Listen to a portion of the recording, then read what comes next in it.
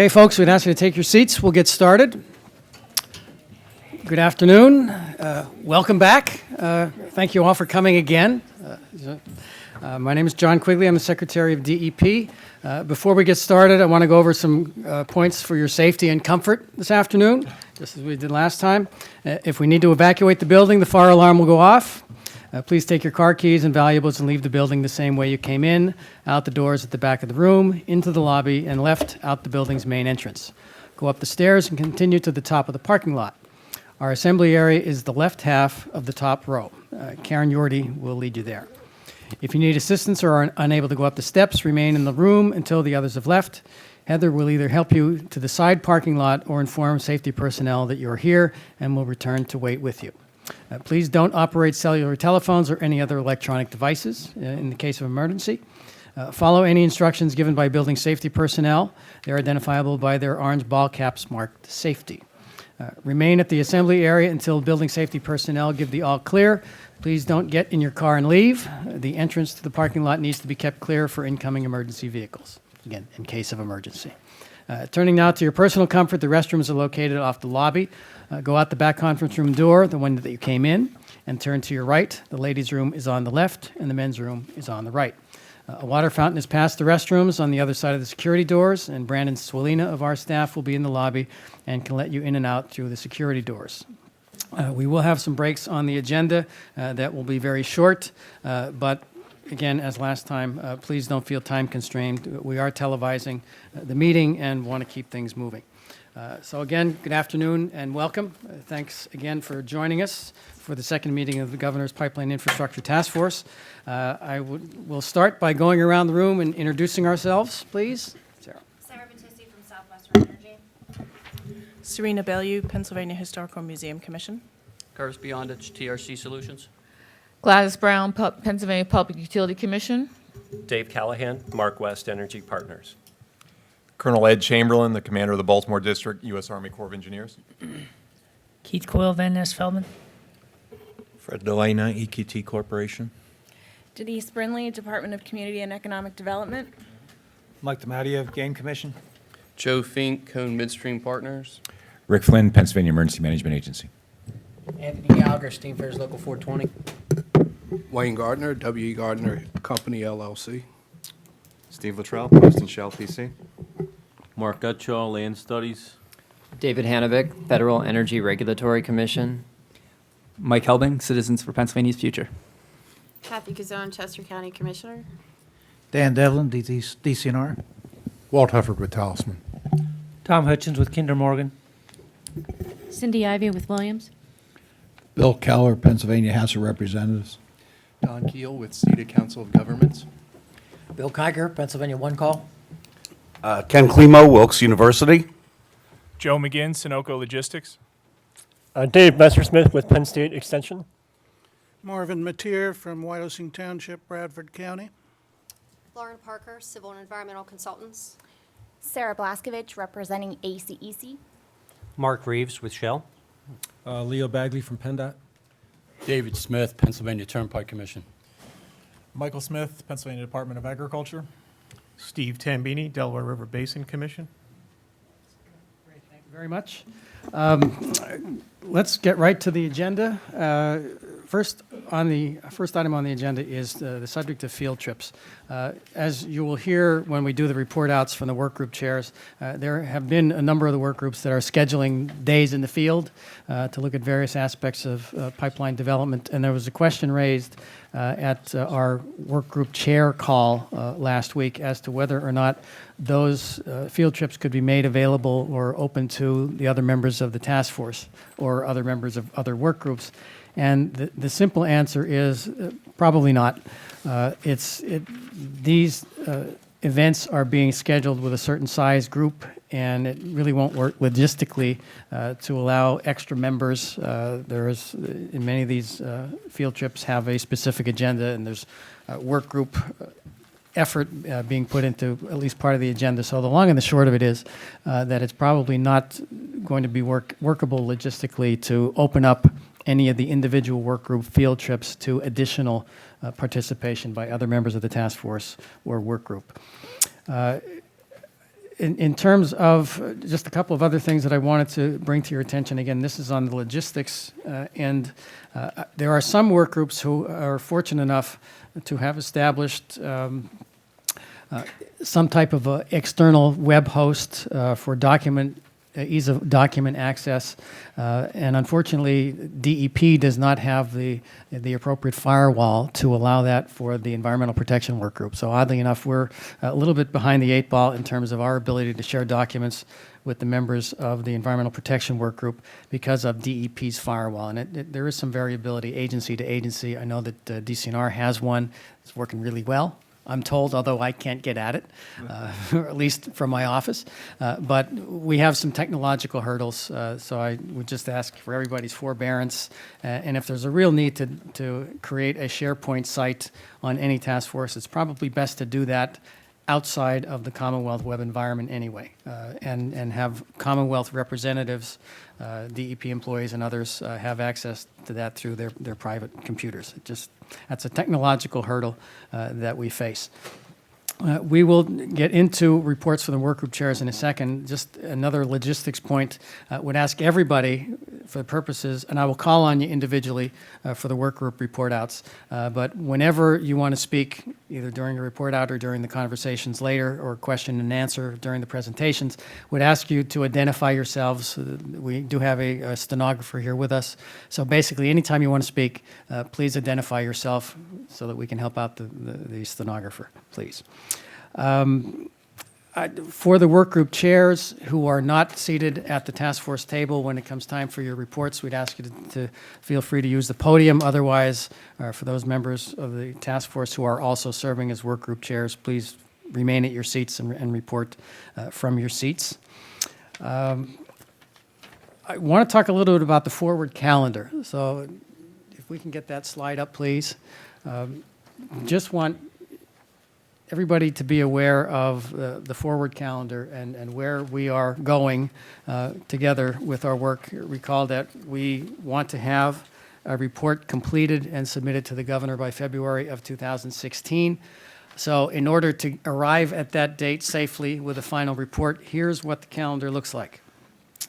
We're asking for all work group reports to be submitted by Monday, November 2nd at noon to Karen Yorty. And I will say, as we said at the workgroup chair call last week, we'd like those reports to be as report ready as possible. So please scrub them, edit for grammar, et cetera, because we are going to turn that document around, compile it, and then 4 days later, turn around a draft report that will be sent to all of the task force and work group members for review. We'll also be posting that draft on the Pipeline Infrastructure Task Force website on Friday, November 6th. So we won't have a lot of time to turn that document around, so your help in making sure that what you submit is presentable would be very much appreciated. Then on Saturday, November 14th, 2015, we will open a public comment period. The announcement will be placed in the Pennsylvania Bulletin on that date. The comment period will open on that date, and we will extend that till December 14th of this year. So a 30-day public comment period. The task force itself will meet on November 18th to discuss the draft report. Then on Monday, January 4th, the final report. Some of us will be working over the holidays. The final report will be sent to the task force and work group members for review. January 13th, 2016, we will have a final meeting of the task force to discuss the final report, and then finish up the work and present the final report to the governor in an appropriate way in February of next year. And it will be in the beginning of February is the aspiration. So that's what the timeline looks like. Obviously, this is a very ambitious timeline to deal with a very complicated project. And I want to again express my appreciation and certainly that of the governor to all of you for your work and this concentrated level of effort. Are there any questions from the task force about the timeline? Okay, seeing none, let's move right into the next item on the agenda, and that is report outs from the work group chairs. And again, I will take the liberty of calling on folks to try to keep some semblance of order here this afternoon. And I would like our first work group to report out would be Agriculture, Mike Smith. Thank you, Secretary. The Agriculture Work Group has had 2 conference calls to date, and earlier this week we did a day-long tour in the north central part of the state where we had the opportunity to visit everything from a completed well pad, then through the midstream operations we saw some gathering lines and a compressor station. Had hoped to have the opportunity to see a project actually under construction. Unfortunately, that wasn't an option under our timeline. So the hope is there'll be a subsequent opportunity to do that to inform our members and give them a sense of the size, scope, and nature of these projects. So as part of that tour, we also had the opportunity to visit with a farmer in Lycoming County who has a gathering line on his property. Got to hear firsthand from him his experience in dealing with that particular developer, some of the considerations he had to take into account, and subsequently how it's affected on his operation as well as that of some of his neighbors. It was a good conversation, provided some really good insight, and throughout our meetings, our conference calls, and this tour, a few recurring themes and areas of interest have emerged. One being the need to preserve soil quality, and that could be everything from maintaining good conservation practices to separating topsoil from lower levels so that subsequent crop yields aren't significantly affected, and also minimizing to the greatest extent possible compaction. Other interest is just the need to do your homework if you're a landowner who's been approached about having a pipeline run through your property. Educate yourselves, know that you can negotiate. So there's been some discussion about putting forth some informational resources, developing best practices on how to approach these negotiations so that you are informed when you're sitting at the table. A lot of questions over clarity of the law and jurisdictional issues, confusion among whether it's a FERC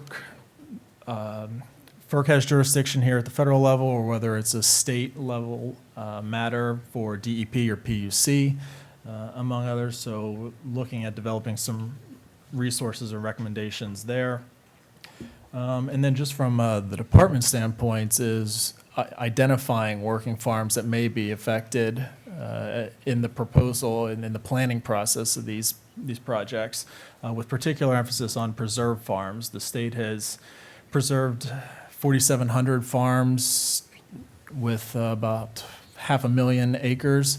We've made a sizable sizable investment in preserving that land, now north of $1.3 billion. So understanding that these are high-quality farms, wanted to preserve them in perpetuity as per the Commonwealth's investment. How do we identify the borders of those lands and understand the impact? Those are just a few of the issues we're looking at. Okay, great. Thank you, Mike. And before we go to the next report, I'll just remind anyone who is wearing a sport coat, suit coat, they're optional. Feel free to take them off if you need to. Be comfortable. Now I would like to turn over to Conservation and Natural Resources. Dan Devlin. Thank you, John. Our committee has 16 members. They're from very diverse and interests and backgrounds. We've had 3 meetings so far. We plan to meet every 2 weeks. Attendance has been very good up to this point. We do have a SharePoint site that we've put in the cloud for the use of the committee, and everyone on the committee has access to that site, and it is working very well. The SharePoint site has several different features to it. One, it has documents, so we can place documents on the SharePoint site so we don't have to clog up everyone's email. We have a calendar where we have all our meetings, as well as the meetings of the task force listed. We have task, or what we call action items. After every single meeting, we have a list of action items we go over for the committee. So those are demarked on that site as well. And we have a discussion board where people can ask questions or we can exchange information back and forth as well. So that particular site is working very well, and I think it's serving us well. As I said, one of the features of the SharePoint is a document, and One of the early action items or task of the work group was to upload either documents or websites that we think would be useful moving down the road in terms of extracting best management practices or recommendations. And we've populated that pretty well. The committee members have done a good job in terms of populating that particular item. One thing that we've done, maybe a little different than some of the other committees, is we do have a diverse group and probably some diverse opinions. So we've set we had discussions about our communication guidelines. So in other words, we've developed a set of guidance document, or we've developed a guidance document on how we should communicate with each other. And in essence, it's just about rules of engagement. And so we've kind of done that and put that on the website as well, or on the SharePoint site as well. And lastly, we've had discussions on how to move forward. As John said, it's a pretty ambitious timetable. So during our next planned meeting, we plan to talk about having a guidance document, in other words, outline what topics we want to cover in what sequence in order to get to the end result at the November 2nd deadline. And next week, we're probably going to start talking about restoration and revegetation. So that's kind of where we're at with our committee. Great. Thank you, Dan. Let's move now to county government. Commissioner Cazone. Thank you, Mr. Secretary. Is that on? Okay, because I can't hear myself. Our county government work group has met by conference call twice. We have a smaller group of folks, but we've been able to get a lot done, I think. Everybody has submitted information that's been shared with everyone about the kinds of work that they're doing in their own counties, along with ideas about what our recommendations should be, to not only to the task force but to each other. So we're sharing a lot of information. We've built consensus around the general themes of planning, communication, and safety. We've also identified some more specific themes in each of those categories. We talked a lot about, because our recommendations really vary across the board. So we're going to be organizing our report into essentially 3 categories, and that is the work that counties already are in a position to be able to do, have the authority to do, and can do with the resources that exist. The second would be the work or programs or services that the counties would like to be able to do relative to pipeline infrastructure. And finally, our recommendations for what counties would like to see the Commonwealth undertake that would be helpful to counties when we're addressing these issues locally. Our next meeting is going to be in person for 4 or 5 hours. We've agreed to do that so that we can really come to some final consensus on specifically what those recommendations will be and start to put them together in the report format. We've also had some conversations about site visits, and I've been reaching out to some other chairs to see if we can't maybe coordinate some of that. But we're pleased with our progress so far, and we're grateful to be able to participate. Thank you. Emergency preparedness. Rick Flynn. Thanks, John.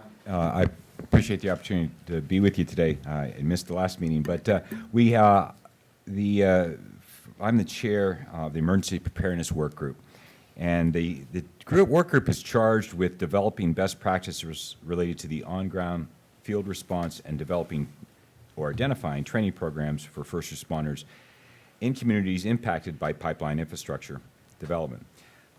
We met initially on July 31st. We have a second meeting coming up next Monday. And the kind of good news is that I probably have one of the easier task forces or subcommittees, because there's an awful lot of information that's out in relationship to either response or best practices associated with response to pipeline emergencies. But it's also, we can correlate it to a lot of other events that we're dealing with, both from the Marcellus Shale as well as the if you will, bulk and crude training efforts that have been going on. One of the things we have done already is identify that we need to bring the State Fire Commissioner's Office on our work group because, again, they have been heavily involved in the others that I mentioned and in fact have funding for it. The group has identified a significant number of recommendations already, as well as some training programs that currently exist. And one of the things that we also talk about is to take it one step further. Once we identify the best practices, once we identify the training programs, we're also going to come up with recommendations on how to implement or get those out from a marketing perspective. I think one of the challenges is that the majority of emergency responders from a fire perspective in the Commonwealth that are in these areas are volunteer. And getting those volunteer organizations engaged, getting those volunteer organizations to be incentivized to take the training is sometimes a challenge, I think. And so we've got to come up with, if you will, marketing strategy. And one of the things that certainly was discussed is, as we have done and working with the Balkan Crude, and we know that both Norfolk Southern and CSX travel through like approximately 39 counties, identifying those high population areas or those population areas that we need to focus on first to ensure that those folks have those first responders have the training, and as well as the lessons learned from other events. So again, tremendous number of recommendations that we pulled together. And both for best practices as well as a tremendous number of resources that exist out there now. I think we'll be I'm very confident we're going to have a comprehensive set of recommendations for the task force, and John, in very quick effort. Yeah, great. Thanks, Rick. Next will be environmental protection, and I want to start with a thank you to Haley Jeffords of my staff. You may recall that I unwisely thought that I might be able to chair the environmental protection work group in addition to my day job. That quickly proved to be a fool's errand, and Haley very helpfully has stepped in. There are dozens of folks within DEP who are working on this effort. We have an internal work group, and there's obviously a liaison person to every work group involved in the task force, and Haley has very, very helpfully and thankfully stepped in to chair the environmental protection work group. Haley? Thank you very much.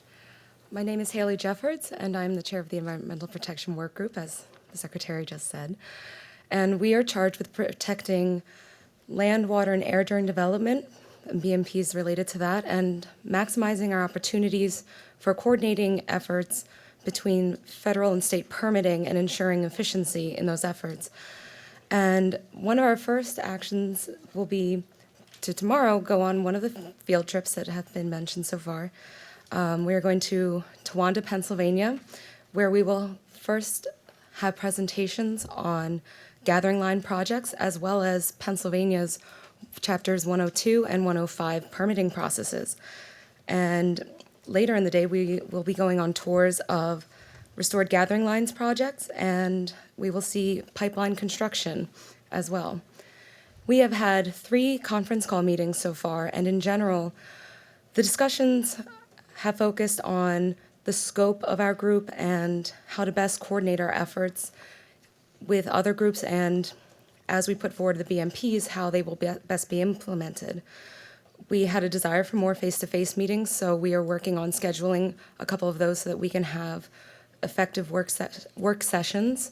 And we are recognizing the potential for overlap between our group and other groups, and so we will be reaching out to other work group chairs as we identify those overlaps that seem fairly inevitable when you consider how broad environmental protection can be. Our focuses so far have been on the inclusiveness of our BMPs, making sure that we do not leave any gaps in our recommendations, leave anything vulnerable in terms of environmental protection, and on increasing the efficiency in the permitting processes. We are planning on dividing up our sections based on expertise, and we have developed a timeline for our goals and our group deadlines. And tomorrow is where we are really going to start digging into the meat of the BMPs that we have so far. We have received great submissions from a couple of our work group members, and our approach has been to cast a broad net to, again, not leave any gaps, and we will be refining these as we move along. We have 6 more meetings scheduled, and we are working on scheduling 2 to 3 more in-person meetings at this point. Thank you. Thank you, Haley. Next, Historical, Cultural, and Tribal Work Group, Serena Blue. Thank you, Mr. Secretary. Forgive me, I'm not going to look in your direction. I'm going to look this way. That's all right. We are a small but mighty work group. We have had 2 meetings so far, one in person, and we have, I suppose, similar to all the rest of you, the feeling that we have a pretty broad range of topics to cover. Cultural, historical, and tribal pretty much says it all. And we are sort of trying to get our head around that at this point. We do have a pretty, even though we're small, we have quite a diverse membership. We have some local advocates who are mostly focused on community impacts from pipelines, quality of life issues, land use, that type of thing. There's a couple of us bureaucrats involved who are looking at it more from our sort of regulatory permitting focus, and we also have some representatives from the consultant world who work much more directly with industry, which is good for us. So we are in the process of sort of sorting through the many interests and viewpoints. I think, from the regulatory perspective, what I see the most is the need to sort of look at the federal involvement from the permitting perspective and how we as the State Historic Preservation Office interact with our federal partners in FERC, in the Corps of Engineers, for the most part, and then of course with DEP on the state level, and how that relationship could probably be strengthened, because you're kind of a big agency, and we sometimes struggle with having a good connection to have that ongoing conversation to move the project reviews through quickly. So that's something that I personally would like to see improved. We did talk a lot about how pipelines could, or industry could, engage more with the public, and we also talked about the fact that we would be overlapping with several of the other work groups, and that we should think about how to sort of engage with them moving down the line. But a lot of our discussion, we had a meeting this morning, was focused on how do we help industry understand the need to engage the public, ask them about what they care about in their communities, what is the cultural, historical significance, what is important to their community, and try and incorporate that information as early into their planning of their pipelines as possible. And speaking of planning, that was the other thing that we talked a lot about, was the need to really try and help industry, and then through their partnership with the state and federal permitting process, understand and assist them in involving us earlier, us being cultural resource considerations earlier in their process, whether it's a public forum for a community to speak out and sort of express their concerns or their interests or their support, whatever it may be, in a proposed pipeline, or whether it's from the regulatory perspective of following the state and federal laws. So early and often is definitely, I think, going to become our motto. We only touched really briefly on the tribal side of our assignment, just because, quite frankly, it could be a work group all on its own. And we have sort of agreed to defer that. We're having a separate conference call in the beginning of September, specifically to address the tribal discussion, because a lot of that is tied to whether you're talking about a federally recognized tribe or a state tribe, and whether you're involving the feds, or whether the tribe is locally situated, or whether they're located outside of Pennsylvania, which, in case you don't know, there are no federally recognized tribes who are in residence in Pennsylvania anymore. So that doesn't mean we don't have to talk to them, though they are located elsewhere. So that is a part that we want to make sure we give some serious consideration to, because it's important, and there are certainly things I think that could improve that ongoing relationship at the state level and also at the federal level.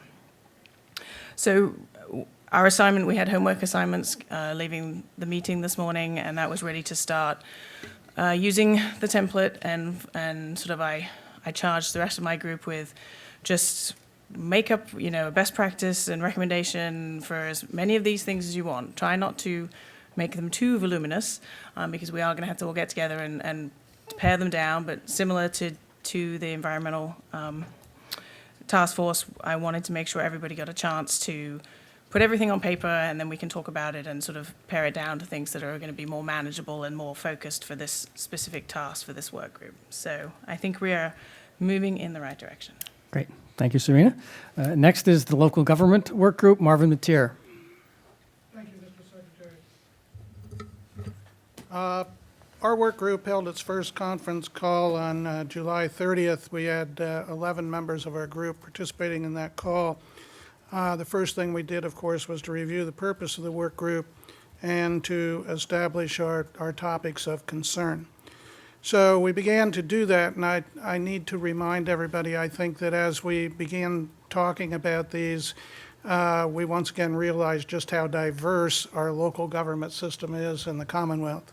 And I'm a township supervisor, so I think in terms of townships, we have 1,450 townships that run from very large townships with big populations to some very small townships with a population of, I think one of the smallest is 150 or something like that, or maybe even smaller.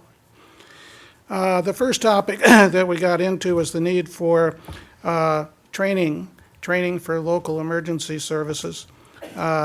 And we talked about what kind of training they would need and what kind of equipment they might need. And it was noted that within the industry, there are some companies that really do a good job at attempting to keep people informed on the county level. We would like to see that include the local level as well. Many emergency units may not know how to respond, and there are many municipalities that don't have their own emergency units, and they rely on somebody else. So that just makes another step in the process. Question was asked as to what role local governments should have in the approval process for pipelines. FERC lines, of course, are federally regulated. We have inclusion in that as far as review goes. Gathering lines, however, are a different nature. There is no opportunity for local input in those until after siting has already been established. And what we called intrastate pipelines, which is a step above the gathering lines, but not a FERC line, needs to be some distinction with those lines as well. And here we had to note that while some municipalities are enabled to do some regulation through their zoning ordinances, there are many municipalities that don't have any zoning ordinances. Another topic was housing, as you might imagine, where those places where there is a high amount of activity for pipeline, there may be a shortage of housing. Is there an impact to school districts where there is a lot of activity because of families that might come in? It was noted here, probably that's not a major factor in that most pipeline workers don't bring their families with them. Questions of looking at other states to see how they deal with some of these particular issues. The general consensus at the end of our first conference call was that there needs to be more involvement and more control at the local level. Second conference call was held last week, and we had an agenda to follow, came back to the communications process and talked more about where and how it begins and how the municipality needs to be involved in that. Another topic that we covered in our last call was the impact on local roads before, during, and after pipeline construction. The suggestion was that perhaps some standards could be created. When pipelines cross local roads, some municipalities require highway occupancy permits and some do not. But in order to establish some consistency and to protect the local governments, perhaps some standards could be included there. We looked at the problem with current procedures in all of those areas. and would include some of those items in our recommendations. Best management practices needs to be established in the very beginning, and relative to the first topic we covered, communications, be a part of that communications process. Our next meeting is scheduled in a couple of weeks. It'll be a face-to-face meeting where we can sit down at the table, and the intention here is to be able to begin to review and write these recommendations. We've had good participation from our work group members. I've been very pleased about that. Just as an added note here, if I could have a minute, I would like to say that what a pleasure it is to be able to work in a room like this where the tech crew has done an excellent job in setting up the sound.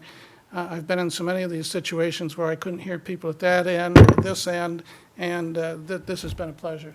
Thank you. All right. Great. Thank you very much, Marvin. Next, natural gas end use, Sarah Battisti. Thank you, Secretary. The End Use Committee's goals are to identify potential expansion options in Pennsylvania for end use of gas, including combined heat and power, natural gas fuel cells, microgrids, and then any economic and regulatory obstacles that we see, and methods by which communities that are not served by natural gas can gain access. So our committee has held 2 conference calls to date.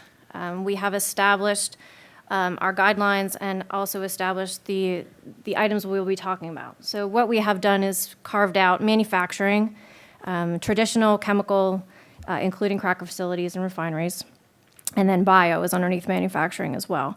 LNG exports, NGL processing and manufacturing, utilities that include gas and then electric, transportation, CNG, LNG, and then residential and commercial.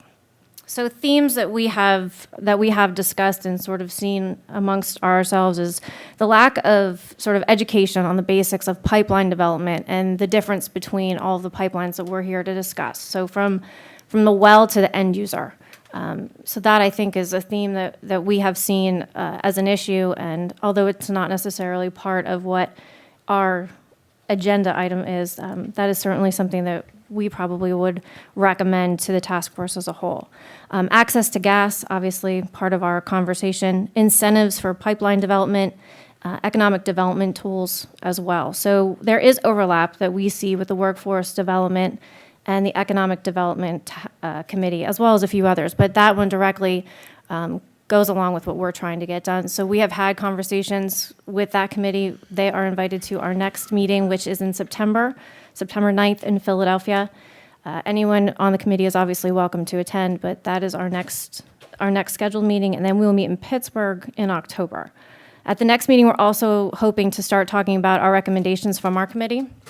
Obviously, with the time frame that we're working with, we want to have a robust conversation and be able to establish our recommendations and BMPs accordingly.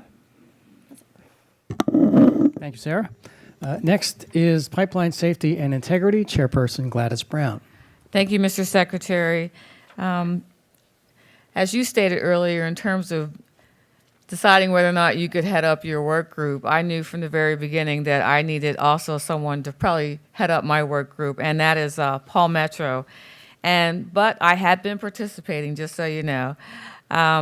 We have been very busy. Our first meeting was held the same week as the task force met, which I was not able to attend the first task force meeting or the first work group meeting because I was on vacation. But since then, we have had 2 other meetings, one by teleconference, and then today we met in person. So we have a small but a very active group.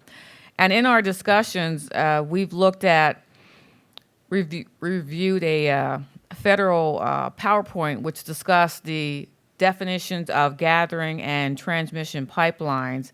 And in that, we had a lot of discussion and then came to discuss a document which we have released to the group in terms of pipeline safety best practices, and has had the group looking at that and providing information back and forth through email. So we've been very active with receiving the written comments from the different members of the work group to discuss things. Many times, a lot of times, our discussion has evolved around the Class 1 gathering lines and things that come out of that. So we've had our third meeting, as I stated today. We are looking to continue to review this document in terms of guidance of pipeline safety, best practices, and we'll start meeting every 2 weeks in order to have more lengthy discussions on that. Also wanted to, since I do have the mic, let all of you know, since some of your work groups may be very interested in this, the PUC is sponsoring a gas safety seminar, which is free to everyone in State College, September 9th and 10th. And if you're interested, that registration can be found on the PUC's website. Thank you. Okay, thank you, Gladys. Next, the Public Participation Work Group, Cindy Ivey. Secretary. We've met twice as well. The first meeting was really focused on introductions, administrative issues, timelines. It was partly face-to-face and partly by conference call. Those that could meet did meet in Harrisburg the last week in July. It was really it is a very diverse work group. We have some local officials, concerned citizens, landowners, and several industry folks, and also several state officials. Our second meeting really was a little more meaty. We are exchanging ideas and documents via email. We have reviewed documents. Certainly, the one that's probably the most relevant to us is FERC's recently released suggested best practices for stakeholder engagement on transmission projects. We think that will help us formulate our recommendations and best practices on the midstream side as well, and the gathering lines. So we've spent a lot of time educating the team members on the differences between the regulatory processes, between the different types of lines. To that end, David Hannebeck with FERC gave us a presentation on FERC's process, and Marcus Cole with PAYDEP also gave us a review of the DEP's processes. And the whole point of that was to help our folks really identify what public participation opportunities already exist and then how to enhance them. And on the FERC side, we found that things were much more defined, and on the gathering side, not as defined. So we're working to try to come up with recommendations that would fit both. The other documents that we reviewed are INGA's commitment to landowners, and the differences, again, between transmission and gathering lines. Our next steps, we're going to go to the PUC's seminar. We sent that out to our group. Several of our group have registered for it. We will meet there because we all haven't met face-to-face, the whole group. So we'll try to meet as many of folks there, and then we'll have a face-to-face meeting probably the next day after that particular seminar. We've talked about field trips and sort of helping, again, educate folks on what that really means and how folks would go about having meaningful public participation and just educating our groups a bit more. Great. Thank you, Cindy. Next, Siting and Routing Work Group, Leo Bagley. Yeah, thank you, Secretary. I'm filling in for Secretary Leslie Richards from PennDOT, who probably, like you, has found that her calendar is bigger than she thought. So we have staff working on the siting and routing. We've had a couple of conference calls with our group, and we're in the research phase. We've identified from some of the information that has been sent to us from DEP and other sources, calling out some potential recommendations and getting some feedback from our work group on that. We've had a couple of conference calls to talk about that. We are in the process now of setting up a site visit in Lycoming County and in-person meeting in Harrisburg. Probably both of these will be in mid-September, a couple different days. We're trying to pin down. Part of our research, and we're trying to reach out to individually some of the members and some of the things that we're following up on. But this morning we had a great conference call with 3 of the counties that have been, I would call leaders in this. Chester County, I'll acknowledge Chester County Commissioners here. We talked with Chester County Planning Commission this morning and their director, along with Lycoming County and Center County, and their relationships that they built with the natural gas companies and the information that the counties have available and how they have worked with the gas companies and to try and give them the best information they can for the siting and routing decisions. And I think out of that today, our visit to Lycoming County is probably going to be scheduled to see some of the things that Lycoming County has done since they've had a lot of impact. So we're looking for a couple of in-person meetings, as I mentioned, in September, probably a couple in October, meeting your November 2nd deadline. So we're well underway. Great. Thank you, Leo. And finally, the Workforce and Economic Development Work Group, Ben Zhang. Thank you, Mr. Secretary. Dave couldn't be here today, so I'll keep this brief. We've had one conference call and one in-person meeting since the meeting of the first task force group. Our job is to maximize the employment and the economic development gains from the building of these pipelines. So I think to that end, we've decided to structure our work group. We were going to break it down into the workforce and economic development side of things. Within both sides of that issue, they're broken down into 3 separate teams, and that's broken down by the downstream, the midstream, and the upstream sector of the industries. That's been good because these 6 teams have been working amongst themselves to identify these issues and recommendations for the overall task force. As Sarah says, Dave has reached out and collaborated with the natural gas end-use group, and we plan to have our next conference call within the next 2 weeks. Thank you. Okay, great. Are there any questions for any of the work groups by members of the task force? Representative. Thank you, Mr. Chairman. I'm just curious, I heard Mr. Flynn mention... Could you identify yourself for the stenographer, please, Representative? I'm Representative Bill Keller from Philadelphia. Mr. Flynn had mentioned that he was talking about looking into the oil trains. I know the Senate Transportation Committee they've completed hearings on oil trains. I think the governor has issued a report on oil trains, and the House Transportation Committee is in constant communication and dealing with all parties, including the companies, on the oil train. I was just wondering, was that part of what we were supposed to do, or are we expanding into oil trains? And my question is because, I mean, in southeastern Pennsylvania, oil trains and refineries have developed into the linchpin of our economy.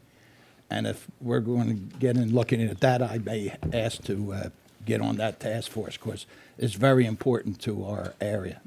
Thank you, Representative. I would say that the short answer is no. We have a complex enough task before us here to concentrate on pipeline development. Clearly, the governor's report on oil trains, which contained, I think, 27 detailed recommendations, I think speaks for itself and demonstrates the governor's very strong interest in that particular subject. I wouldn't want to interweave that work with the work of this task force. I think we've got to keep it a little bit separate. Acknowledge that there's probably some learnings from that report that might be applicable to our work. So it's probably that document in and of itself and the conversations that have been going on around oil trains probably are somewhat informative to our work. But I don't think in terms of what we will be sending to the governor, we won't be including the subject of oil trains. Context is really because of the training efforts from the first response community and and how they've gone about doing that. There's similarities that we can apply to the pipeline side of it. So that was the reference in that sense, sir. Okay. Ken. Ken Klimo from Wilkes University. Just a general question about the documents that we're putting together and we're putting on shared files. And that is, are the documents for internal work group use only? or can people from different work groups or on the task force be able to access some of the other documents from some of the other work groups? For example, for what Dan Devlin's putting together, I'd be very interested in seeing what they're looking at. And so I don't know what kind of sharing is available. So if anybody wants to comment on that, I'd appreciate it. Dan? Sure, if you want to. But we did talk about that as committee chairs, and the discussion focused on the integrity of the committee itself. So in other words, our committee, for example, I think if we opened it up to everyone that had an interest in our committee, we'd be in the hundreds, possibly, maybe even more. I think we decided that the documents that we're sharing right now are for internal committee members only. Having said that, I think when it's all said and done, I think we'd be very happy to share everything with the rest of the committees and the rest of the task force as well, and the public at large. And I think an important component of the end report will be some type of bibliography. And Ken, obviously, I really respect your omnivorous interest as an academic and your aspiration to go beyond the one huge assignment you're already a part of. Some others of us probably don't have that kind of bandwidth, but definitely we want to be looking at a bibliography, a comprehensive bibliography of this task force work when we present it to the governor. Any other questions? All right, I'm seeing none. Now, the next item is very important on our agenda, and that is a break. Before we get to that, I just want to reflect very quickly on all of these reports. I want to thank the work group chairs and all the members of the work groups for just a tremendous amount of work. And really appreciate everyone's collaboration, the tolerance for ambiguity. There is a significant amount of overlap in the work that we are doing. We tried to divide it up into some manageable buckets, but there's clearly overlap, and I'm just thrilled and grateful that members of the work groups have dug in and are collaborating as appropriate with other work groups. But just a great amount of work, and folks recognizing the imperatives that we have to deliver a report to the governor in February. Just want to thank everybody for the great work, and really looking forward to it continuing. What we will do after the break is get into two presentations. And as you'll see, as we'll discuss a little bit later, we have tried to schedule at least 2 or 3 presentations, informative presentations on pertinent subjects for the task force members at each meeting, and we'll be hearing from two presentations after the break. But before we get to that, we will reconvene at 2 p.m. sharp. Thank you. This afternoon, we will have actually not 2, but 4 presentations. Or is it 5? No, I think it's 4. First, we'll hear from Dan Devlin, our state forester, on the work that DCNR is doing on managing pipeline infrastructure. Then we will have 3 presentations that will be kicked off by Commissioner Cazone relative to county government and the impacts of these facilities on life in counties. So some really great information, and I want to just, before we begin, thank everyone for their work in putting together these presentations. Very informative, very important subjects, and I'm sure they'll be very informative presentations. I will now turn the microphone over to Pennsylvania's state forester, a good friend of mine, a former colleague, and someone that I think the world of, Dan Devlin from the Department of Conservation and Natural Resources. Dan? Thank you, Mr. Secretary. First, I have to give some caveats. Number one is, yes, I am the chair of the Conservation Natural Resource Committee. However, this talk is strictly from a DCNR perspective, so take it for what it is. Also, I'm going to talk from a natural resource program manager perspective, and more specifically, actually, from a public land manager perspective. I'm a little miffed because I didn't know that you could actually give up the chairship of a committee, and I'll have to talk to our secretary after that. But how does DCNR intersect with pipelines or pipeline infrastructure? And we do it from many different perspectives. One is that we are the agency responsible for all the Commonwealth's forests. So 16 million acres of forest out there, the largest land use in Pennsylvania. So we are responsible for that. And obviously, pipelines have an impact on those resources. Second, we are also the agency that's responsible for native wild plants in the Commonwealth. So we do have jurisdictional responsibilities, which in other words means that we are the agency that determines which species are endangered, threatened, secure, those kinds of things. Invasive species is something that's very important for us in terms of a lot of different perspectives in terms of our forests and also in terms of our native wild plants. And I'll be talking about that as my talk moves forward. Perhaps what we're best known for is the management of state forest lands. And of course, we're the largest land manager in the state. We manage 2.2 million acres of state forest, which has lots of infrastructure associated with it. And that's really where I'm going to focus my talk today. We are also the agency that's responsible for and overseeing the PNDI tool. And I will be talking a little bit about that today as well, as I think it's very relevant for this group, especially as we move forward.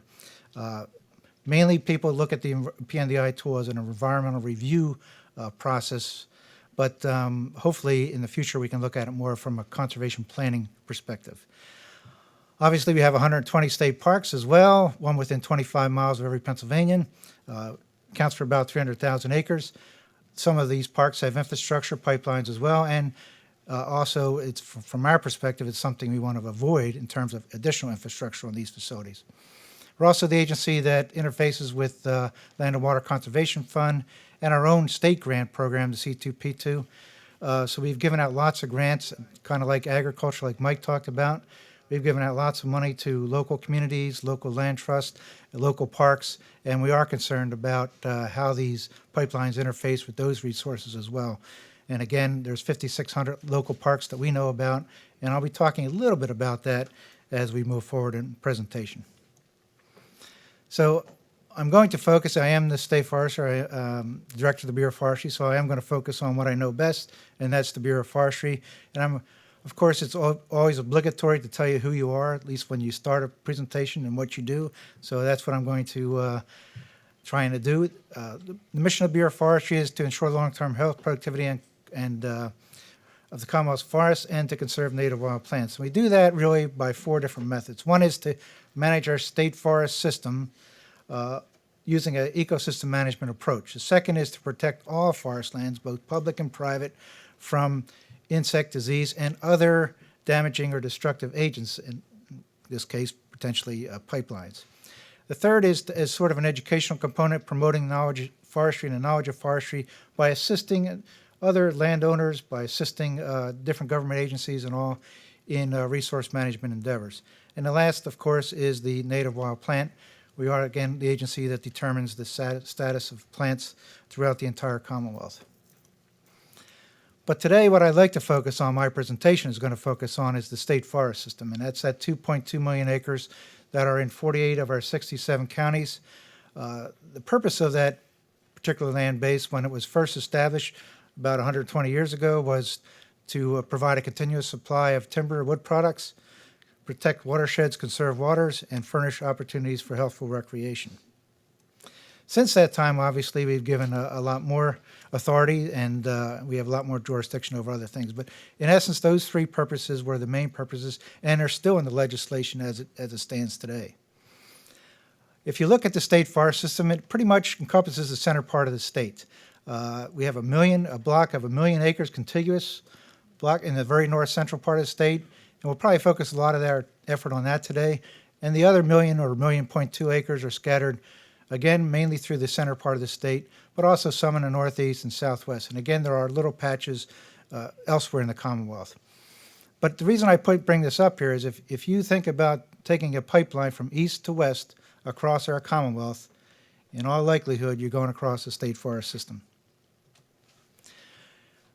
At the core of our management in terms of state forests is what we call our zoning. And kind of like a municipality or a township or those kinds of things, we do the same sort of thing. We zone the state forest system for 7 different predominant values, if you will. And that's aesthetic buffers, and this is where we buffer either roads or trails or streams, anthropogenic, where we have man-made facilities such as buildings, those kinds of things. Limited resource, where there's some kind of limiting factor in terms of what kind of management you can do on there, whether we're talking about steep slopes, rocky terrains, those kind of things. Multiple resources, where we do the bulk of our management on state forest system. It's where we like to steer development, if you will, and that accounts for about 50% of the state forest system. Natural areas are areas that we really set aside for pristine nature, kind of a hands-off area. Special resource, again, there are a lot of special places in the state forest system in terms of plant sanctuaries, those kinds of things. So we have designation there. And wild areas, we do want to promote sort of a wild character to our state forest system, and we have set aside large tracts of forest to try and promote that sort of value. State forests provide many different values. Perhaps the most important is clean water. We have over 5,000 miles of streams on state forests, but probably more importantly is thousands of communities depend on the state forest system for their potable water source. So that is extremely important. So when you talk about pipelines and their impacts, obviously water is one of those resources that we pay particular attention to. Wood products, we are the Bureau of Forestry. Obviously, we do cut some timber, around 14,000 acres a year. It's a very large industry in portions of the state, and we do a good bit in terms of that function. Recreation tourism, obviously, the state forest system is provides a backdrop for a lot of our tourism industry and recreation industry, and particularly important in certain parts of the state, such as the Poconos or the north central part of the state, the Pennsylvania wilds. So obviously, it is a very important value in terms of how we manage that resource. Habitat for thousands of plants and animals. The state forest system is one of those bastions of areas that provide a secure habitat for species that are actually not secure other places in the mid-Atlantic region, such as rattlesnakes, some of the neotropical birds. So the state forest system is a refugia, if you will, for those particular species. And the scenic and aesthetic beauty as well. And I can tell you that the largest use of the state forest system is people driving their cars just looking at the scenery. That is our largest use. Any survey we've ever done, that is what people are very interested in. And so aesthetics in terms of pipelines and what they look like are extremely important, again, from our perspective. And last but not least, of course, obviously, we are involved in energy production, particular gas, but there's other energy productions that we're involved in as well. So let's get to the pipeline and rights-of-ways infrastructure on state forest lands. So I brought this slide up, and again, I must also apologize. I did throw some more slides. For those of you who are following my slideshow on paper, I did tweak it a little bit, so I apologize for that. You won't be seeing this slide. But the reason I brought this slide up is it kind of shows the margins of the Marcellus shale play and the distribution of the state forest system within that play. And obviously that north central part of the state is very heavily involved in Marcellus. And in fact, we have about 600,000 acres that are either under lease or where we don't own the subsurface rights and are subject to potential development for gas on the state forest system. And in fact, 15% of the gas coming off of Pennsylvania is coming from state forest land. So that's a large portion of the gas in our Commonwealth. In terms of, we do have what we call a gas monitoring team, and I'll get a little bit into that as we move forward. But I did want to point out that we have collected a lot of data on impacts. And if you look at the bottom of the slide, it talks about well pads, 755 acres have been converted so far from a forested setting to a non-forest type of land use.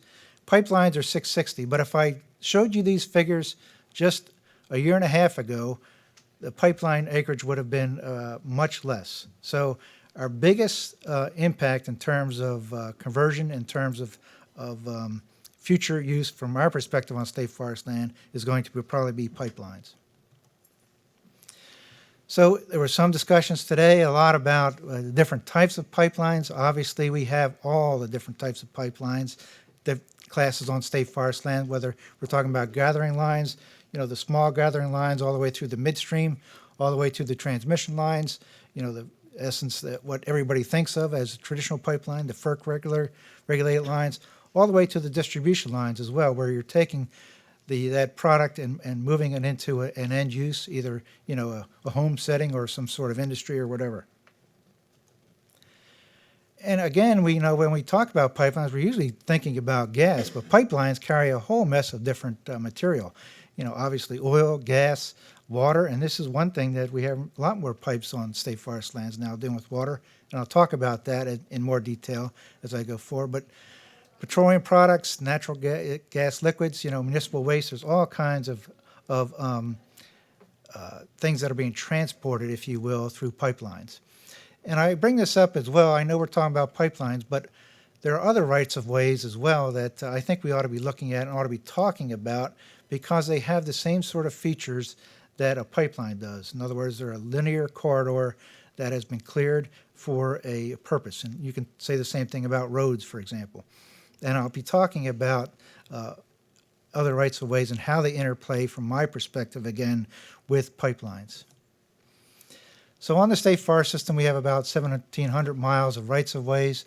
And these are, again, I'm not talking about the gathering lines. I'm talking mostly about larger lines. 1,100 miles of that, we actually have a right-of-way agreement for that particular facilities. 500 miles of those are actually associated with gas leases. So in other words, our lease allows that activity to occur, or somebody has a severed right and they have the right to also put pipelines down as well. We have 60 what we call transmission lines, obviously the FERC regulated. And this is something that I think that many people don't know, but we have 3 gas storage wells on the state forest system. And those become very important because if you look at the infrastructure across the eastern United States, for example, this is kind of a picture of sort of the main lines. And we've superimposed the state forest system on there. And you can see the north-central part of the state, and the state forest system is heavily used or heavily occupied by pipelines. And there's good reason for that. Obviously, there's gas up there, but there's other reasons as well. And if you zoom into the facility itself, this is kind of what it looks like strictly off the state forest system. So again, lots of different pipeline infrastructure throughout the entire system. And again, if you zoom into the north central part of the state, you'll see that there's actually lots of, again, infrastructure there. But some of the reason for that infrastructure is because there are 3 gas storage areas in that vicinity as well. The Green Lake, the Leidy, and the Wharton wells are gas storage areas, are those.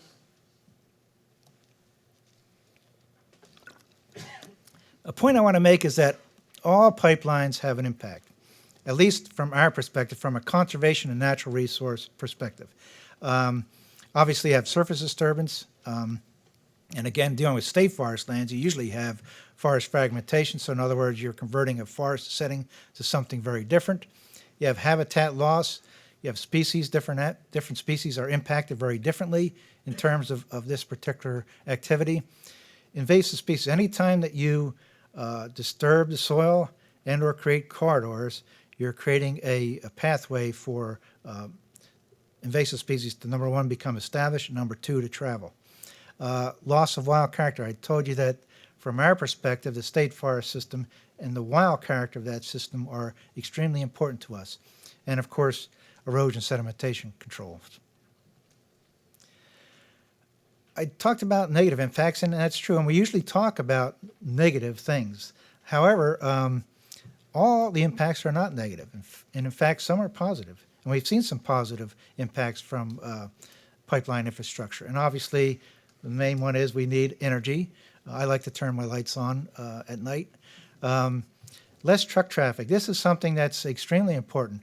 We had thousands and thousands of trucks crossing our state forest system, and we've eliminated most of that truck traffic through the use of pipelines, if you will, especially in terms of carrying water. Great opportunity in terms of wildlife habitat, wildlife openings, those kinds of things, and recreational activities. And I'll be talking about all of these as we move forward. So again, we usually talk about these things from a very negative perspective, at least when we're talking about conservation of natural resources. But again, there is some positive results and positive impacts as well. We like to use the mantra in the Bureau of Forestry to avoid, minimize, mitigate, monitor. and that's a mantra that a lot of people use, but I'll explain that a little bit more detail as I move forward. So avoidance. So obviously from our perspective, there is areas that really we shouldn't have infrastructure in terms of pipelines in particular built on.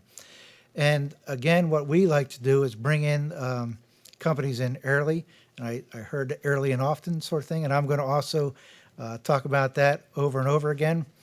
And what we ask for the companies to do is to bring in what they're planning on doing in terms of their whole project scope. And I'm going to beat on this and beat on this and beat on this as I go through my talk. Because from our perspective, again, you can't do it well pad by well pad by well pad or pipeline by pipeline by pipeline. These are all systems, and they are all interconnected. And that is extremely important from, again, our perspective. Again, in terms of avoiding, you can use, there is existing infrastructure out there. And again, if we can use that existing infrastructure, that's great because you actually avoid a lot of disturbance. There's a lot of sensitive areas out there. Obviously, endangered, threatened species. And again, hosting the PNDI site, obviously, we are very entrenched in making sure that we don't have impacts on those particular species. And then there are a host of special resource areas and parks and recreation areas that really, this kind of use is not compatible with it. So, in other words, if you do that planning up front and very early, you can avoid most of these particular resources. Okay, if you can't avoid everything, obviously, you try and minimize.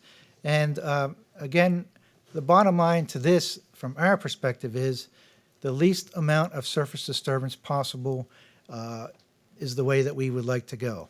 So, in other words, reduce that width to the minimum possible. And again, to co-locate infrastructure, and I'll be talking about that again in more detail as we move forward.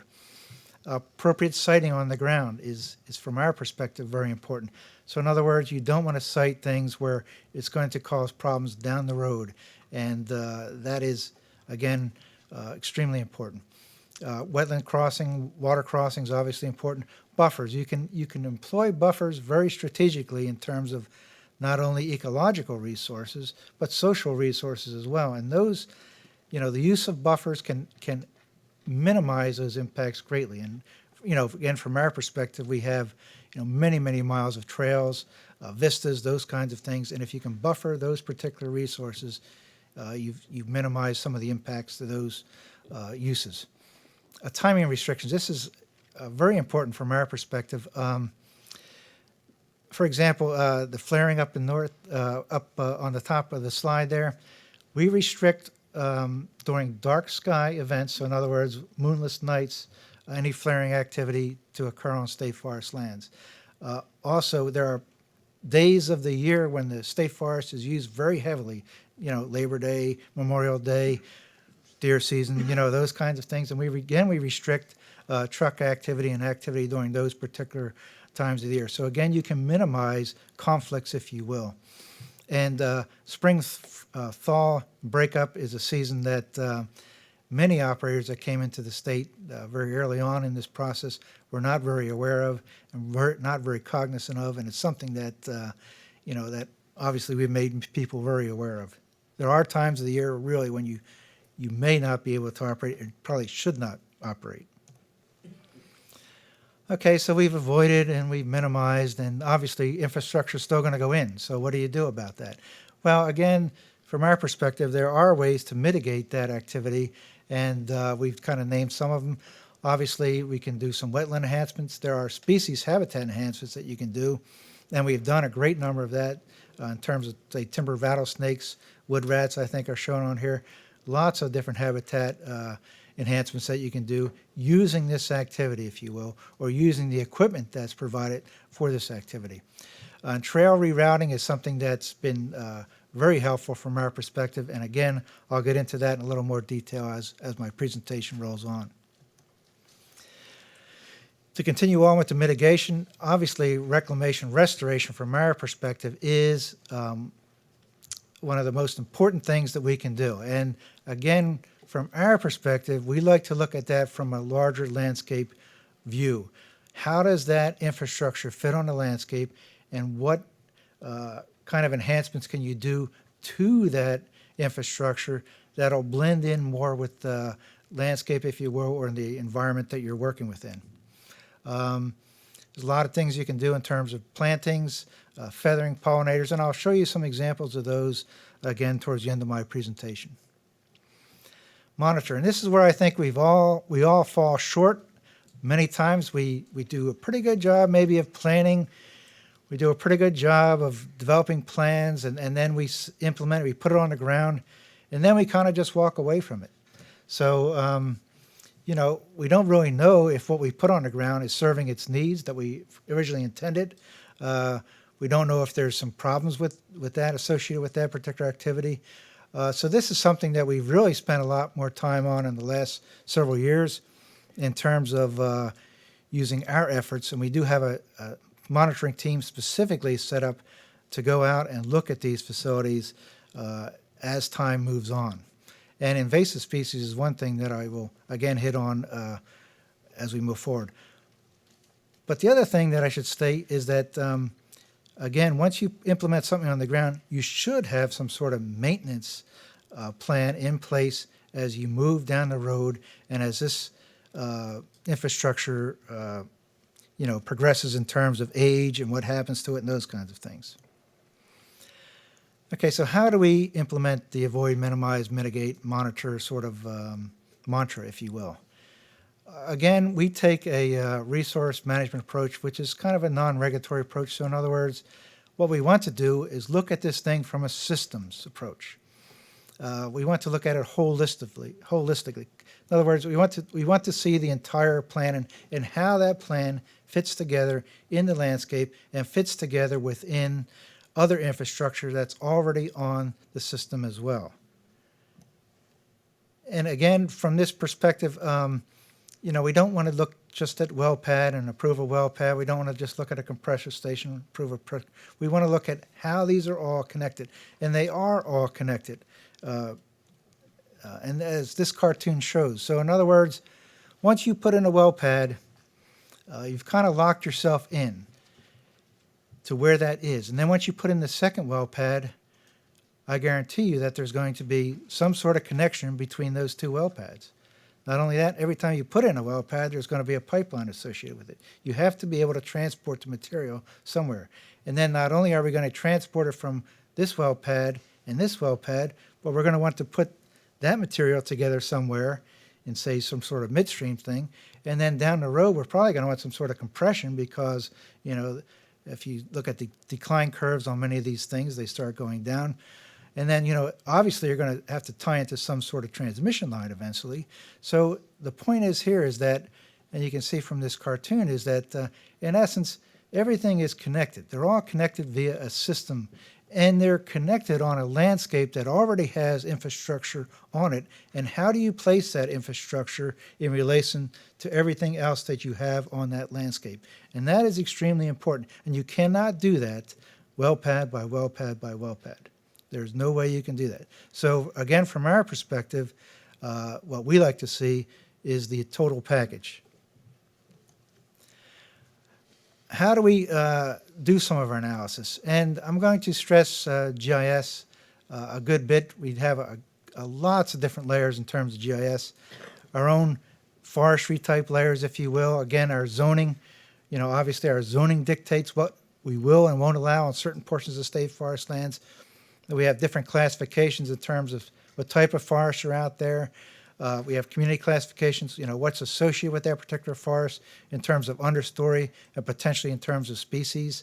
You know, obviously there's roads out there, there's trails, there's all kinds of infrastructure already out there, and we know where that infrastructure is and how it sits in relation to pipelines and other rights of ways. You know, obviously we know where the threatened and endangered species are. Another category that we've developed on state forest land is high conservation value forests. So we've actually delineated those in terms of a GIS analysis. The Pennsylvania Biological Survey has done important bird areas throughout the Commonwealth. They've done important mammal areas, so we use those particular layers. Obviously, parks are important. Our wild and natural areas are important. TNC, and we'll have a talk on a lot of their efforts later in as a task force meets, I think, next month. they've done some analysis in terms of what they think is important. Natural heritage areas, so what are locally sensitive areas or locally important areas? View sheds, and I can go on and on and on and on, and I do go on and on and on and on in terms of the infrastructure that's out there and the GIS layers that are available for you to do this analysis and for us to do the analysis. But when you get right down to it, GIS is not doing the analysis. We're doing the analysis. People are doing the analysis. And at least in DCNR, what we like to do is take what we call a team approach to these analysis. And in fact, we've formed several different teams. We have what we call a right-of-way team, which we actually call our large projects team, if you will. We have a gas leadership team. We have a gas management team. For example, our right-of-way team and our gas leadership team meet every other week. So every 2 weeks, we're meeting as a group, talking about projects, what's happening, what's going on, those kinds of things. Our gas management team is a much larger team. It includes the field staff. It's about 60 individuals. We get together quarterly. We go over again what's happening out in the field, what we are seeing in terms of best management practices, what we're not liking out there, those kinds of things. So again, it is people that drive our analysis. And again, from our perspective, a team approach is the best way to go. We have lots of different things in place in terms of management. We have requirements in terms of our gas lease. Not going to go into those. They're on our website. Where we don't have gas leases and requirements, what we try and do is come in, do a voluntary surface use agreement with landowners that own subsurface rights. And again, a surface use agreement is strictly a voluntary agreement between ourselves and a company of how what our expectations are of the company, what the expectation of the company are of us as well. And again, as I said, we have lots of right-of-way agreements and those kinds of things. And again, those rights-of-way agreements spell out a lot of detail in terms of siting, management, restoration, those kinds of things. We spent a lot of time over the last several years developing what we call our gas guidelines. And these are really what we consider our best management practices. And those gas guidelines have lots of information in terms of plannings, buffers, siting, those kinds of things. And again, that is something that is on our website. And the reason why I have the term adaptive management up there is because we have changed those guidelines every year for the last 4 years, much to the chagrin of many of the companies, granted, but we are learning constantly, and we have constantly have these feedback mechanisms with our teams, and are constantly changing what we think are best management practices as we move forward. So again, from our perspective, our guidelines are pretty fluid. We use the best that we know right now, but we are changing them as new technology, new information emerges. And again, we do have a monitoring program in place that provides the mechanism for that feedback loop, if you will. I put this slide up because this is extremely important for us. We don't work against companies, we work with companies. And that is extremely important because we bring the companies in very early in the process, and because we want to learn from each other. In other words, what are their needs, what are their expectations? And likewise, we want to tell them what our needs and what our expectations are. And we have found this to be extremely important. And it's not only a once and done deal, it's an iterative process. So in other words, we are constantly meeting with companies on a regular basis and going back and forth in terms of how that infrastructure looks, where we can tweak that infrastructure, how we can't tweak the infrastructure. There are constraints in terms of business plans, business models, and in terms of steel can only bend so much and all that other. So there are constraints, so there are trade-offs that have to be made. But the point is to work with the companies very early on in terms of getting the thing right up front as opposed to worrying about things on the back end. I threw this other thing down that we have 18 different gas operators working on the state forest system and many, many different companies in terms of right-of-ways. And each one of them have a different business model that they follow. And that's important because it's a pain in the butt in terms of, you have to do things a little bit differently for each different company. But there's also a silver lining in that the companies, yes, do things differently, but we are able to take what we think are the best practices from one company and then take it to another company and say, look, these guys are doing this. Can't you do the same sort of thing? And that has worked very well in terms of our favor, and I think it has also worked very well in terms of the company's favor as well. Lots of experience in terms of rights-of-ways. Again, we look at it from a threefold perspective.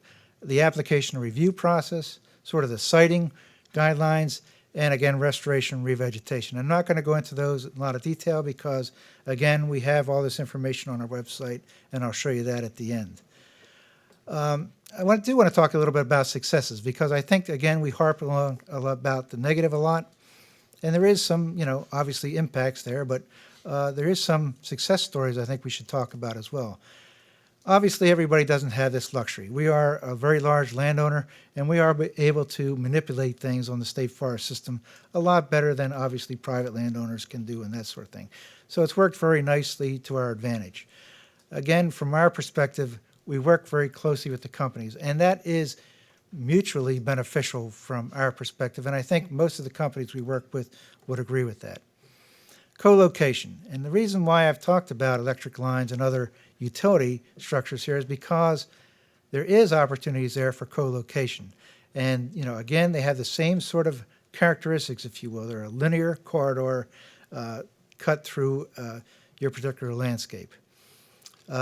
Minimize impact. Again, great new technologies happen out there, and that's why we are constantly changing our guidelines as we move forward. Some of the successes, again, a lot of this infrastructure requires equipment, heavy equipment, traversing our road system. We've been able to upgrade our road system in many, many instances through the use of this particular infrastructure. Wildlife habitat, we have had great successes in terms of elk habitat, wood rat habitat, rattlesnake habitat, turkey habitat, you name it. We've had outstanding examples of working with companies and putting those kinds of things on the landscape. Obviously, companies need staging areas, and those staging areas create excellent opportunities for trailhead parking. And again, it's important to identify where those staging areas are going to be very early on so that you can use those areas into the future for your particular use. Recreation. This one is one that has been a really sort of a godsend to us in a way, in that most of the pipelines that we've put on state forest land have been parallel to our road system. We have 2,600 miles of snowmobile trails on the state forest system. Many of those are in conjunction with what we call joint use roads. So, in other words, in the wintertime, they're open to the public, but they're also open to snowmobiles. And obviously, you can imagine potential conflicts that might occur in that particular situation.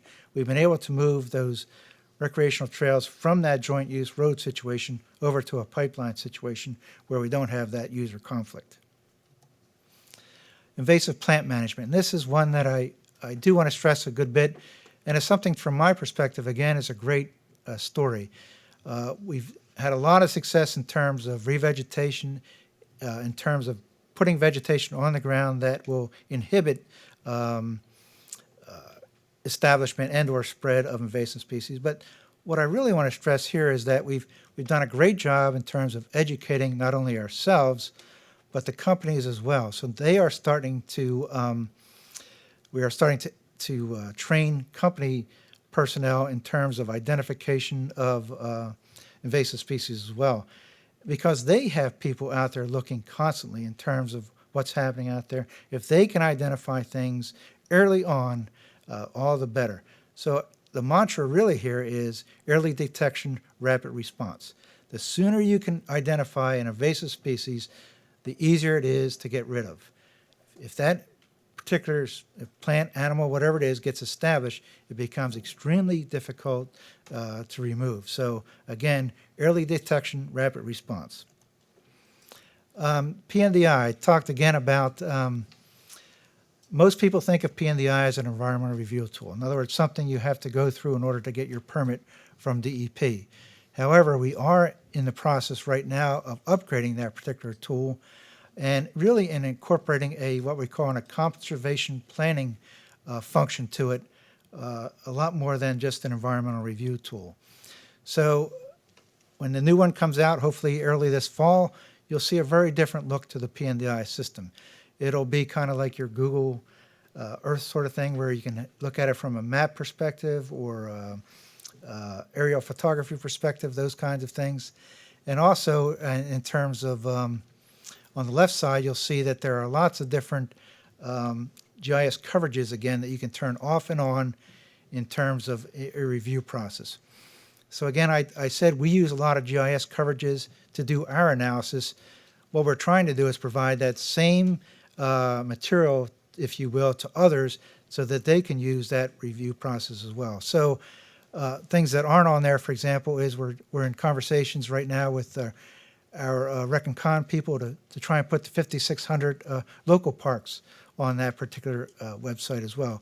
We're in conversation with agriculture to try and put the areas that they've set aside in terms of important, where they've spent their money in terms of farm preservation. So, the use for this particular tool, from my perspective, moving forward in terms of pipeline infrastructure, are enormous. And what I'd like to do is just close out by kind of leaving you with some photographic illustrations of kind of what I was talking about. So in the one photo, you can see an electric line there. What we did was bury a pipeline underneath that electric line. You can see it's offset somewhat, but again, much less disturbance associated with that activity co-locating as you would putting a brand new pipeline in, particularly through the forest. Again, I talked about a lot of different habitat enhancements, rattlesnakes, wood rats, elk, turkeys, you name it. We've done lots of different habitat enhancements. Again, I talked about the snowmobile situation. In this case, we had a water line going along a road situation, moved, the snowmobile trail off of the road onto the pipeline infrastructure. Here I just want to talk a little bit about invasives. Again, from my perspective, our training that we're doing with not only our own staff, but the company staff as well, will be great in terms of doing that rapid, that early identification, rapid response. Usually we're talking about standard mixes. We're talking about usually some sort of grass lagoon mixture when we talk about erosion sedimentation control. There's all kinds of mixtures that you can do. And again, from our perspective, we've been playing around with a lot of different mixtures, and we have a lot of different recommendations. But this is a very different look than you would in terms of your regular grass lagoon mix. And again, from our perspective, much more aesthetically pleasing. Here's something that that we are struggling a little bit with. So when this activity began in earnest several years ago, we did put most of our infrastructure along existing infrastructure. So roads and pipelines kind of went together from our perspective. We're really rethinking that. And the reason is because we're wondering how wide is wide enough, or how wide is too wide, I guess is a good way to put it.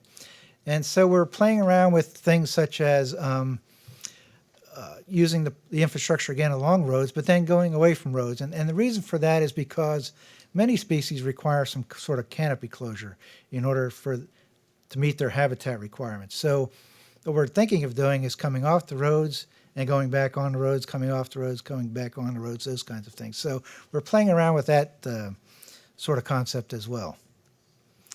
Obviously, you can use all kinds of vegetation to buffer or to screen some of the infrastructure there. And this is one that I think that we're touting much more.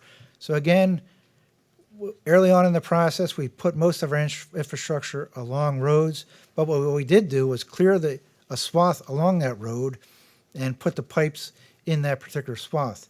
In this instance, what we asked the operator to do, and what they were very willing to do, was put that infrastructure, that pipeline, if you will, in the ditch of the road itself. So this is kind of a during shot and an after shot of the same pipeline, the same vicinity, and you can see a much, much different view than you get otherwise. And it's been, from our perspective, the way to go in terms of best management practices moving forward. The other thing you can do, the thing that bothers people most about pipelines is a straight edge. If you can break up that straight edge by some sort of feathering effect, that's great. And it gives you a very different appearance than if you had that straight edge. The other thing, if you can bend a pipeline at some sort of angle down the road, it's tremendous as well, because what you've done is break up that line of sight, that straight line of sight. So again, those are kind of two techniques that we've been playing with and been pretty successful with as we move forward. And again, I want to just stress that a lot of information I talked about is on our websites. In fact, there's more information on our websites than I've talked about, and I know I've talked too much already. So feel free to, and hopefully the committees, the various committees can take advantage of our website and look at the information there. And really, I just have some take-home messages, I think, for the group. Pipelines have impacts, no doubt about it. You know, you're not going to go away from that. Again, from our perspective, when you're looking at a development, you really should be looking at it from a holistic standpoint. What is the entire package in terms of that development? In other words, take a landscape view. How does it sit on the landscape? And look at where all that infrastructure is as you move forward, or where it's planned on being. And again, it's an iterative approach. Management strategies depend on scale. So if we're talking about gathering lines and midstreams, very different set of best management practices than if we're talking about a FERC line or a transmission line. I would have a very different set of recommendations for those two different entities. Some impacts can be avoided, minimized, or mitigated, and we talked about that. And the key, from my perspective, is in planning, and very early on, and constant planning throughout the process. And obviously, there are, infrastructure is going to go in, and, we're not going to get everything we want. Companies are not going to get everything they want. So there are always trade-offs involved in these negotiations and whatever. And you have to be willing to be able to involve yourself in those negotiations and be willing to accept some of those trade-offs in the process. And with that, I'm going to thank everyone for their attention and turn it back to the Mr. Secretary. Any questions for Dan? I didn't think I left time for that, John. Okay, Dave. Dave Callahan, Mark West. You hinted at the end, I have to take you up on the offer, different types of BMPs for gathering versus other lines. Do you have any examples? Yeah. So, there is, in terms of the FERC lines or the transmission lines, for example, obviously they're going to be wider, they're going to be straighter, those kinds of things. And so there's so much you can do in terms of feathering, and obviously in terms of safety, you still need an aerial coverage in terms of being able to check those lines. But the gathering lines and the midstream lines are something very different. And I think that we can do a lot more in terms of feathering, those kinds of things, and maybe even different seed mixtures on there, and more shrub planting, tree planting, those kinds of things. And also, obviously we can put things in ditch lines and those kinds, whereas the FERC lines, I think, obviously we're not going to be able to do those kinds of things. So I think that you do have to look at this from a scale perspective. Thanks. Other questions for Dan? Steve.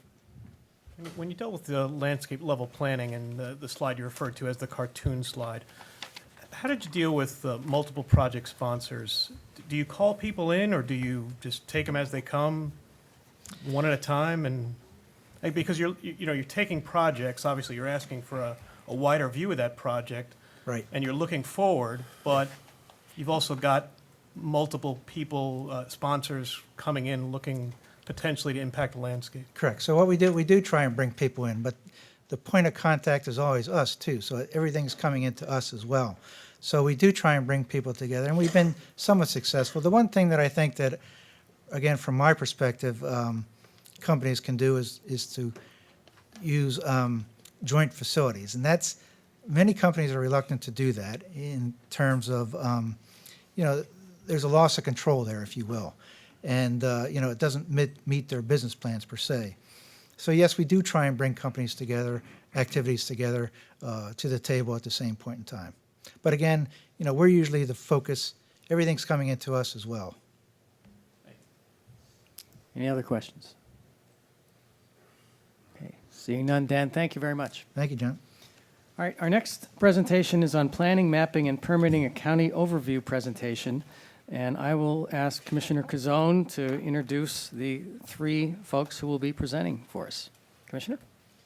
Thank you, Mr. Secretary, and I have a very brief introduction to the next three presentations. the county government work group thought it would be helpful to the task force and work group members to have some information about the programs and services that counties are already providing or potentially could provide related to pipeline infrastructure, which is our collective mission. So to that end, we have 3 presentations today. The first is from Carol Stauffer, who's the Infrastructure and Plan Review Director with Chester County Planning Commission. She also happens to be our pipeline point of contact, POC for short. We use a lot of acronyms. Followed by Steve Koshis, GIS Director from Cambria County, who'll talk about GIS resources, their potential at the county level, and last but certainly not least, Jim Garner, District Manager for Susquehanna County Conservation District, who will discuss the local environmental role for natural gas pipelines. I believe we'll have some time for Q&A at the conclusion. We wanted to thank the Secretary for giving us the opportunity to make this presentation, and I just personally would like to give one quick thank you, not just to our presenters, but to Lisa Schaefer, the Director of Government Relations for the County Commissioners Association of Pennsylvania, who has helped tremendously pull this together for us today. So, Carol?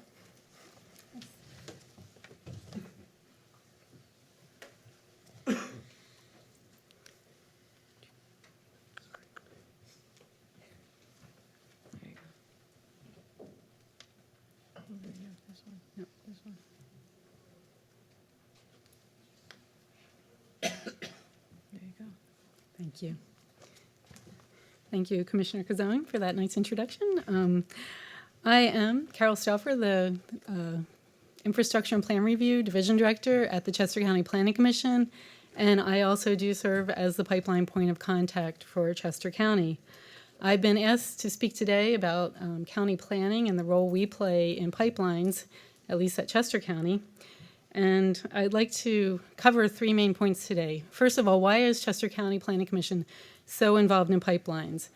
And what role do we play directly in addressing pipeline issues? And lastly, how does the Chester County Planning Information, or the Chester County Pipeline Information Center support our pipeline efforts? First of all, I'd like to give you a very brief history of pipelines in Chester County. This is a map showing all the transmission lines that are crisscrossing Chester County. We have about 600 miles of transmission corridors going across the county. And within those corridors, some of them have more than one line within them. So there's lots of pipelines going through the county.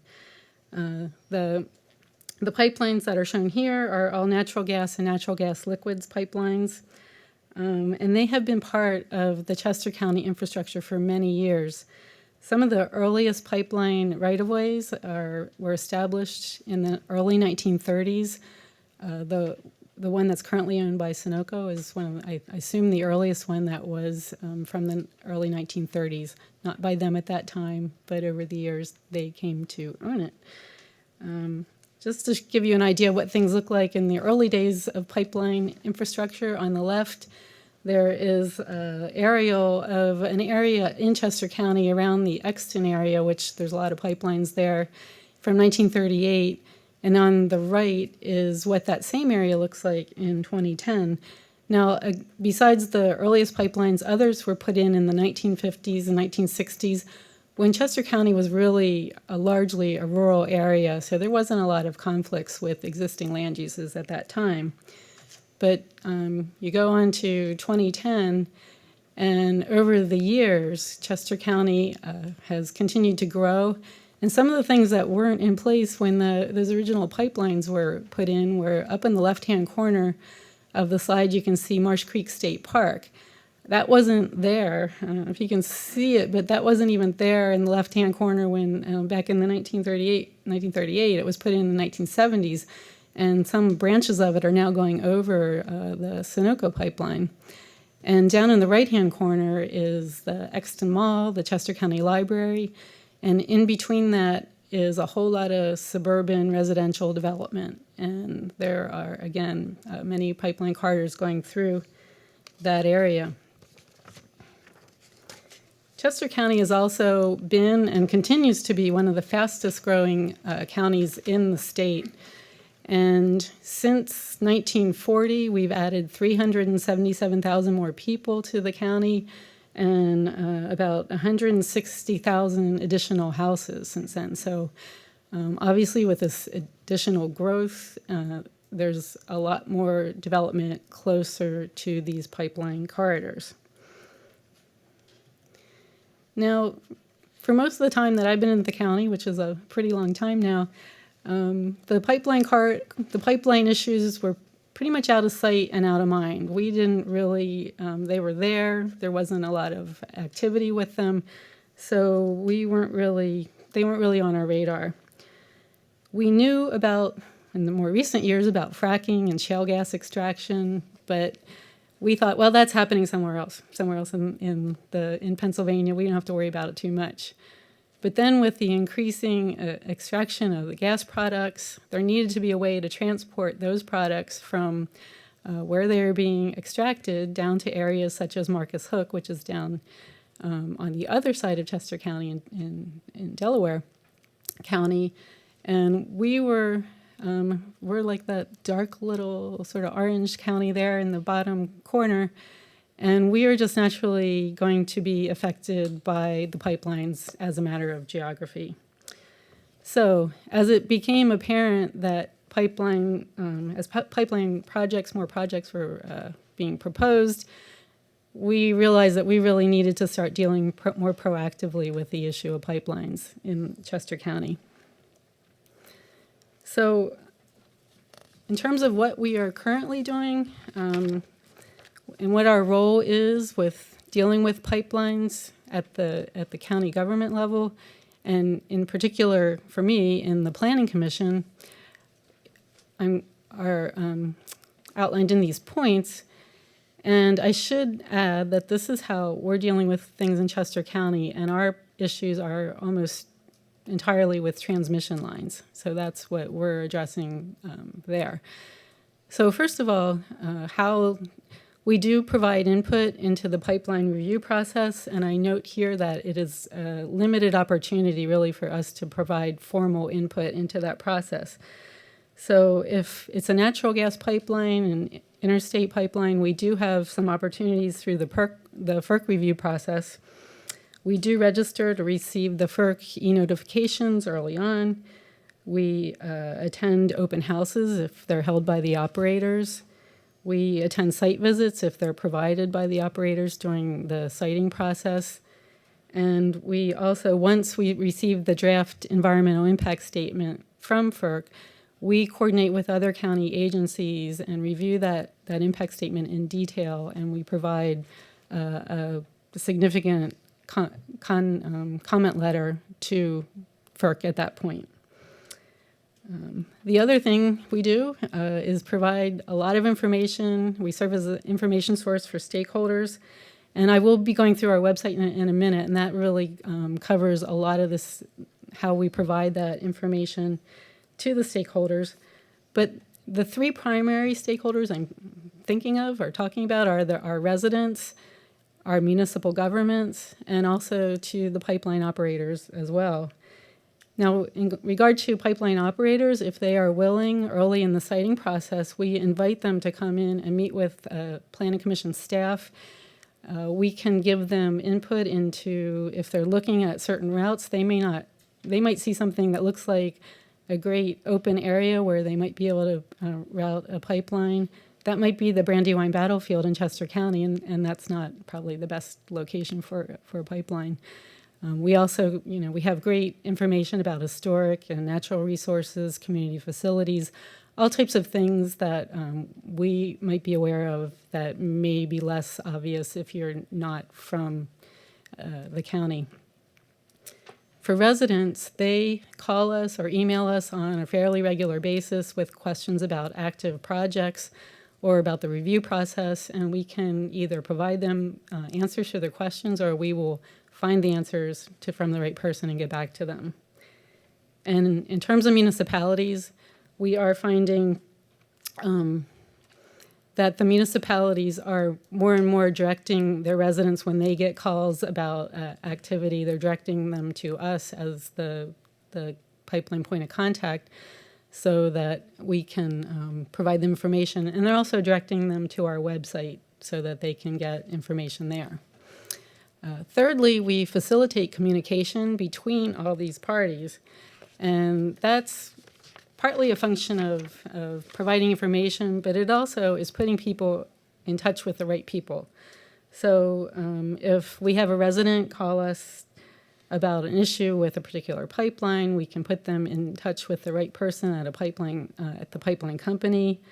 If it's a regulatory question, we can get in touch, for example, with FERC and direct the question to them and provide that answer back to the resident. We sometimes get calls about issues with active construction, erosion problems that somebody's observing. We know the right person to talk to at our conservation district so that they can go out and address that issue.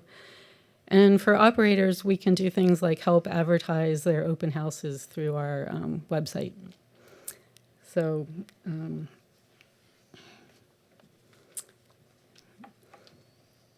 finally, we do address the pipeline infrastructure in our comprehensive plan. The comprehensive plan, the county's comprehensive plan, is a long-range policy plan for the county. And the last time we updated it, it really predated all the pipeline activity that we're seeing now. So we addressed it briefly, as you would expect we would, because we were aware that we have a lot of transmission lines going through the county. But at that time, it was, again, pretty much, things were pretty quiet. Now we're getting ready to start updating our policy plan in the next year or so, and I can guarantee that we will be addressing pipelines and energy issues in more depth in the comprehensive plan in our next update. The county's role as the pipeline point of contact is very heavily supported through our Pipeline Information Center. And I'd like to take you on a real brief tour of the website. I'm going to do it through screenshots. It's an interactive website, so I'd encourage you to, if you haven't seen it, to go check it out. If you just Google Chester County Pipeline Information Center, it'll probably pop up right near the top. So you can get to it that way. So the original website was created early when we started to realize we needed to provide more information to people about pipeline issues. We use it to support our role as a point of contact. It serves as a one-stop location for pipeline information for all types, and it's a source of objective and current pipeline information. And I wanted to emphasize the objective part of it. We do try to stay neutral in the information we're providing because we want to work with everybody on this issue. And finally, it's a tool for all our different stakeholders to find information or to be directed to us, and we can talk to them and address the issue. The website itself was really created in 2013, and it was created at the direction of and with the support of our commissioners, of our county commissioners. Without their support of this, it probably would not exist. So in 2013, we had a real basic website, and during 2014 and 2015, we greatly expanded and enhanced it. And we were able to do a lot of that work with the support of a grant, a PHMSA TAG grant that was helped financially support putting a lot of this into place. So I'll take you again on a whirlwind tour through the website. First of all, this is a really important page used very frequently by those that are interested in getting more information about active projects. It's the project summary table. You can start at this table. It shows you who the pipeline operator is, the description of the project, the product type. I'm sorry, that's okay. The product type and some map information. And while that will get you started, if you click through, then it'll take you to a project page. In this case, the Columbia East Side expansion. It'll give you all the information and detail that we have been able to gather on that project. And in this case, if it's a FERC project, we have the docket number and a link to the FERC website to help you find the project there and get information there. And if you click through the maps, you can see, more detailed information on the maps. This is just where we post information about active projects. In this case, the Sunoco Logistics Mariner East 2 open house was held in June 29th, so we were able to provide information that and link through to their invitation to those that open house. And then we have a pipeline in the news section. Anytime we see articles of interest, or either locally or statewide, we post them into the pipeline in the news section. And then probably besides the active projects table, our most useful feature or popular feature is our maps page. We have created a lot of, I would say, call them static maps of pipeline infrastructure and where it is located, or where natural resources or historic resources, community facilities are located in relationship to the pipeline corridors. But we also have this interactive map, which is a great tool if you want to find out located in relationship to one of the pipeline corridors. You can just type in your address in the right-hand box at the top. The map will zoom down to where your address is located. You can also search by clicking down on bookmarks, and all the municipalities are bookmarked. It'll go right to that. And if you're out on the road with your smartphone or your tablet, there's a GPS feature that you just click on that. It zooms down right where you are in real time, and you can see what pipelines are near you. Now, obviously, you can zoom in and out on this. This is where the interactive part is more interesting on the live website. But once you've found the pipeline that you might be interested in, you can click on that pipeline. A box pops up showing the operator's name, the type of product in the pipeline, a contact person, a phone number, links through to the website. And so you can just go to this one source and get a lot of different information on the existing pipelines in the county. Another important initiative that we are implementing, we have implemented in the county, is the pipeline notification protocol. And this was advocated to us early on by the Pipeline Safety Coalition, Linda Farrell, and we are trying our best to implement this at the county.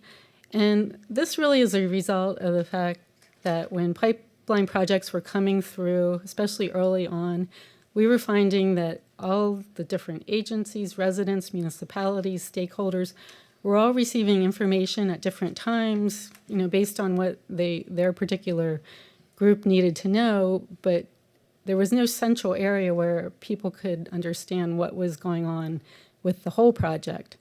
So what we've done is we asked that all major stakeholders, and we have gotten directly in touch with them, and in particular the pipeline operators, to ask them to provide whatever information they're sending out to whoever they're providing it to at that time, that they also include us as the point of contact so that we can take that information and then post it on the project page on our website. And I think that people are beginning to more and more understand the benefit of this and providing us with the information, and we are able to maintain it. I should add that there's no mandatory process to require the operators to provide us with the information, because we aren't really a formal part of the process until you get to the conservation district. But we have been fortunate to get cooperation where we need to on the more active projects.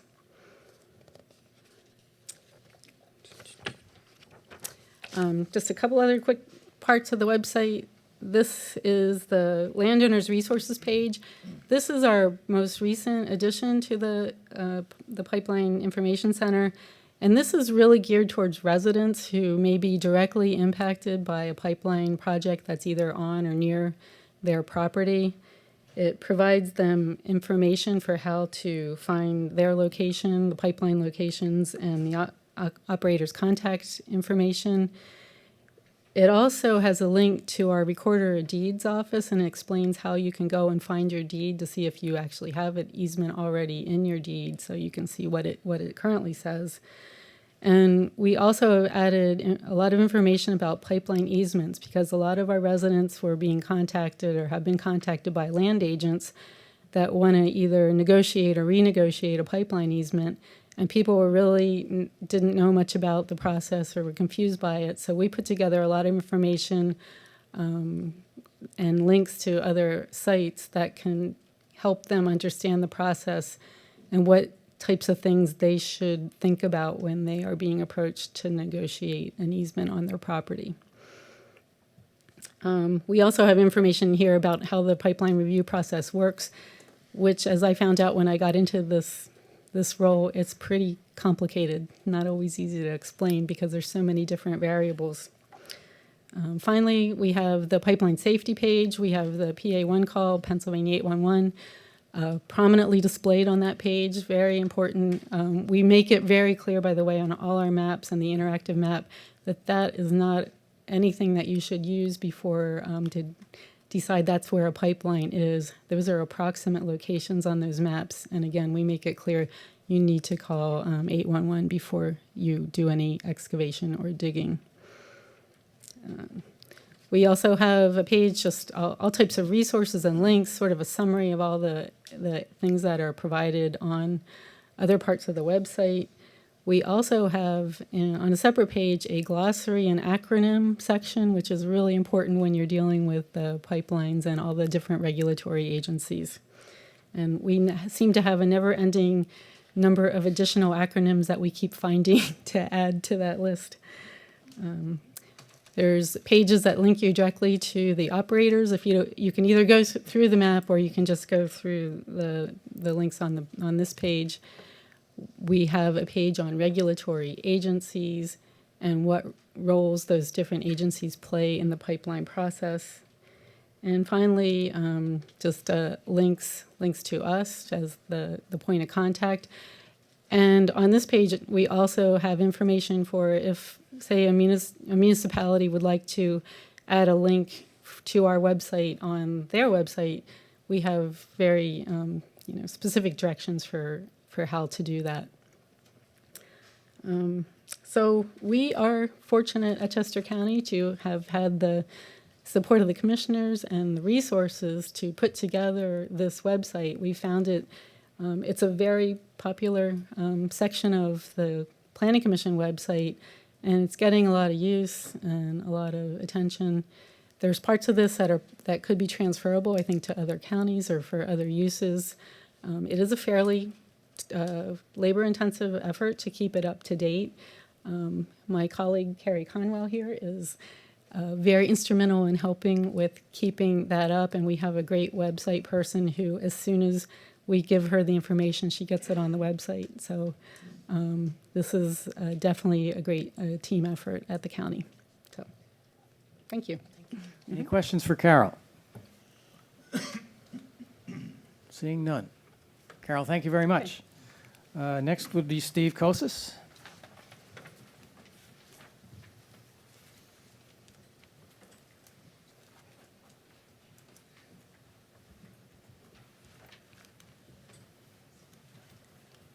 Okay, so let's see if this comes up for me.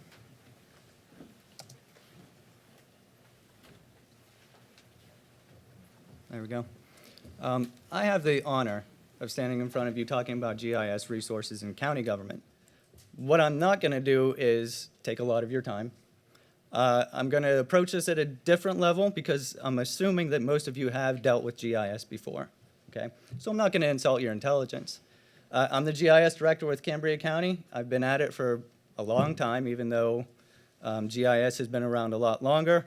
It's slowly gained momentum at local government levels, and not everybody has the resources to have a GIS person at local government. County level, I think by now I can safely say that GIS is there at all 67 counties somewhere. Just like everybody here has touched GIS somewhere. Local governments, when we get down to that level, we're talking about 2,000 or so across the Commonwealth, if you include counties. GIS may not be there. So in that perspective, GIS is usually a funnel, okay? What I want to cover today is what GIS is not, what GIS could be, and what's next. So let's get into this here. Like I said, I don't want to take a lot of your time. GIS is not just maps, but oftentimes when I say I do GIS, somebody says, oh, you make maps. That's not the case, and I'm not a big fan of maps because they're static.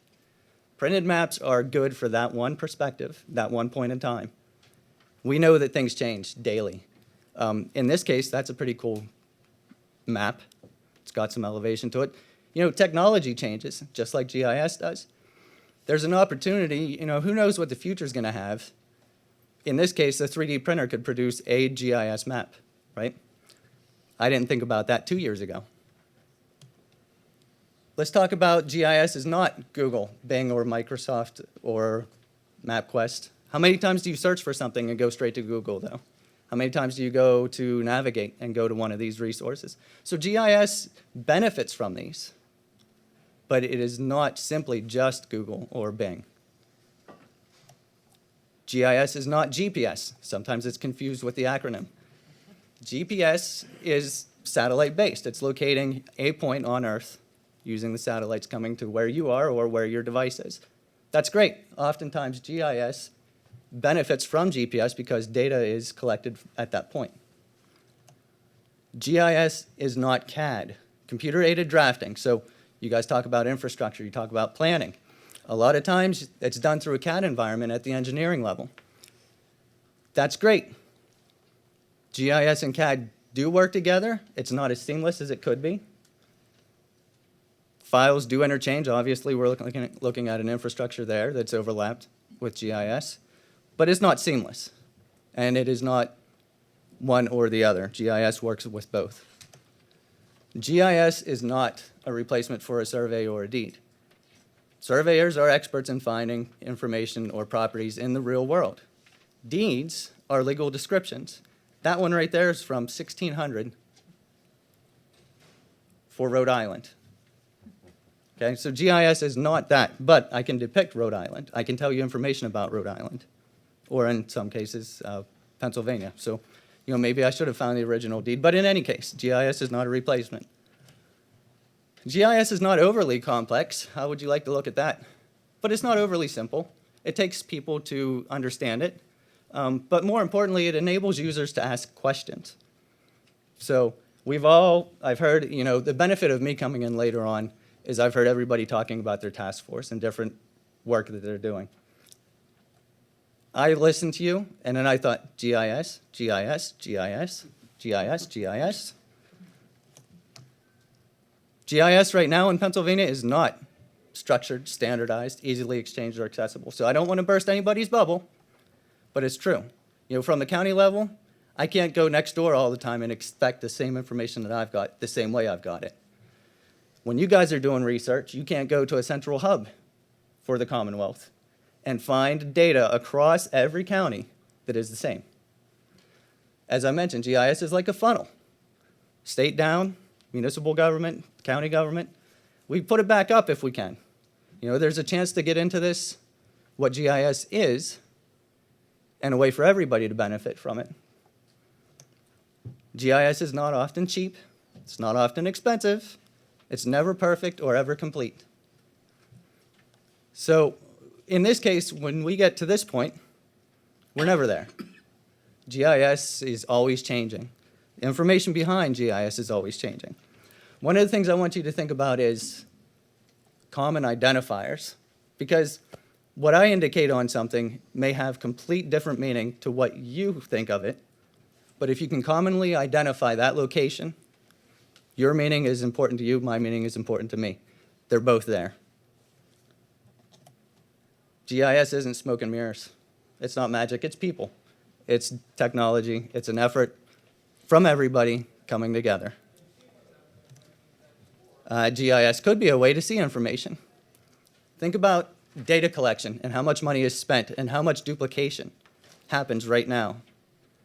We're talking about pipeline infrastructure. I personally, from the county, don't deal with pipeline infrastructure every day, but you guys do. I do, however, deal with land records. I bet you could use it. I bet there are landmen and women that have been to my county to go get data from us that you've spent money on. GIS is a way to manage information. You know, as I mentioned, a common identifier.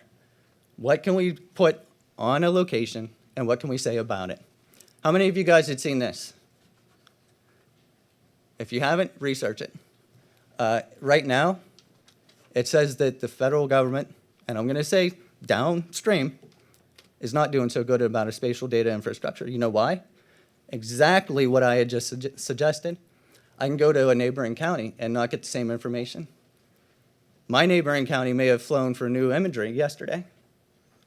I wasn't part of that. Significant amount of duplication or lack of communication, and I see it as an opportunity. GIS is a reason for collaboration, right? We're talking about infrastructure here. We've seen some of this also. GIS is a way to see what's underground, what's around you, what other information is important. When emergencies happen, GIS is essential. GIS data development, we have data services, we've got different levels, local government, we've got funding. So GIS, again, is an opportunity for collaboration. GIS, as I mentioned, could be structured, readily available, and accessible. The Commonwealth right now doesn't have a centralized model. It doesn't collect information from every county, and every county can't provide it. It could enable that.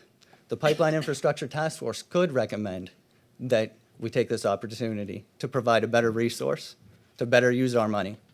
I'm a big fan of this government model. And when I looked at this and saw the propaganda, I really appreciated it because I've fallen into the acceptance of it. You know, it disrupts the way I do work for me to put it into this system, but I see the benefit of centralizing my data and storing it in a way that can then feed and is well documented who knows what else. The boundaries are limitless. GIS is not bounded. We have watershed issues. We have pipelines that cross counties. When we're building a smart community, we see infrastructure. We see an opportunity for local government, state government, federal government to work together. GIS could be a gateway to so much more. We'll talk about hazard mitigation plans, emergency services. Counties have to deal with rights-of-ways. We're not one landowner, and we have to deal with landowner records for all of our constituents. Rights-of-ways could be a nightmare to research. GIS can help with that. So let's summarize. We've seen what GIS is not. We've seen what GIS could be. I'd like to say that GIS is kind of the epitome of a philosophy or a cliche, depending on how you want to look at it, that GIS is greater than the whole of the sum of its parts. Right? Think about that. So that leaves me with one thing. What's next? We enhance what we've got, we improve what we've got, we inspire everybody else to do better. And truthfully, I didn't have it on here as a bullet, but I want to emphasize, we have an opportunity to step in front of status quo. Stop the status quo, and let's get to this point. Any questions? Yes, sir.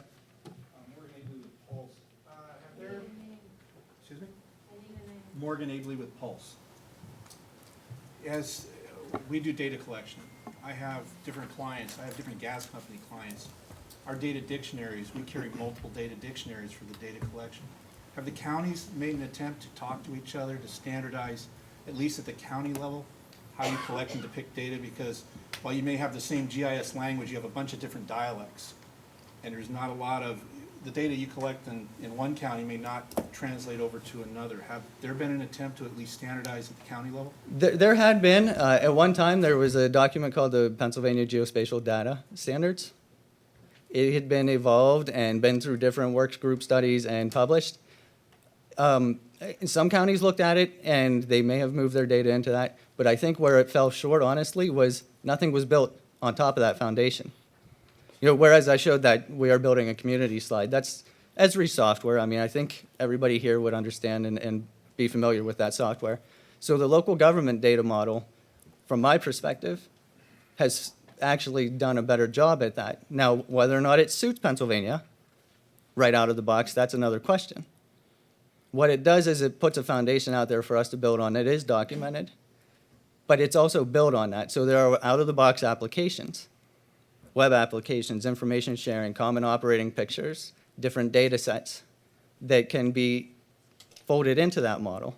And like I said, it doesn't necessarily mean that it meets the Commonwealth's objective overall, but it's a starting point. The PGDSS could be a starting point, but there was nothing built on top of that. Okay, questions for the by the task force, for the task force members, please. Any questions?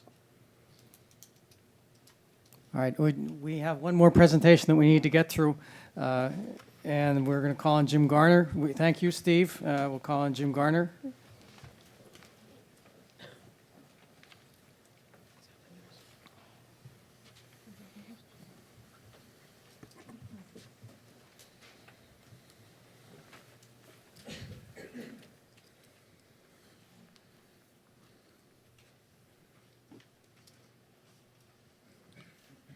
Thank you for your patience up to this point, and it's just me between you and getting home tonight, so we'll try to get through this. This is a brochure that the Conservation District uses for a promotion. We're a very rural county in a very northeastern part of the state. I think Carol talked about, she mentioned adding 300 and some thousand people in a certain period of time. We have a total of 42,000 residents in Susquehanna County. So a lot of different stuff going on there. We've been a conservation district since 1947, so we're well established, obviously. I have worked at the district for 20 years, the first 10 years as a technician and the last 10 as the manager. Go through some of the things on here just kind of briefly. I don't know. Yep, okay. The environmental education is basically our Envirothon program and some other things we do at parks and so forth.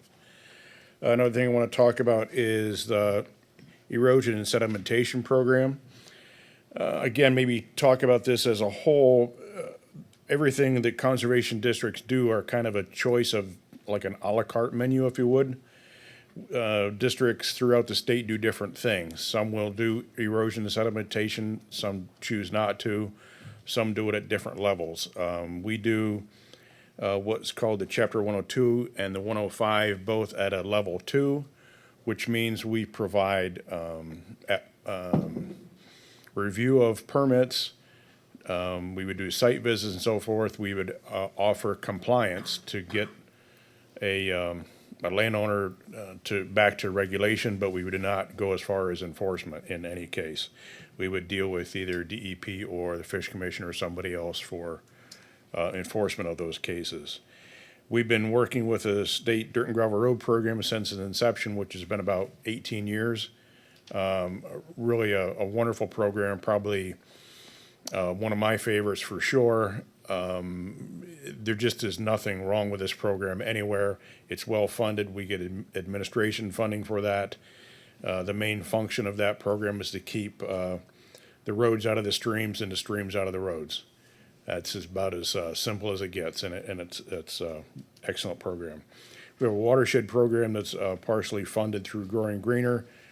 And obviously, we have a lot of rural areas, streams running next to roads and so forth, and they interact a lot times more than you'd wish they would. And we deal with that even through landowner groups, citizen groups. We also are part of the Chesapeake Bay program since 1989, I believe, or 1990. And we work with farmers for nutrient planning and that sort of thing. Just in a nutshell, do a lot of best management practices. Along with that, we also do nutrient management with Pennsylvania's Act 38 requirements. We have a technician for that.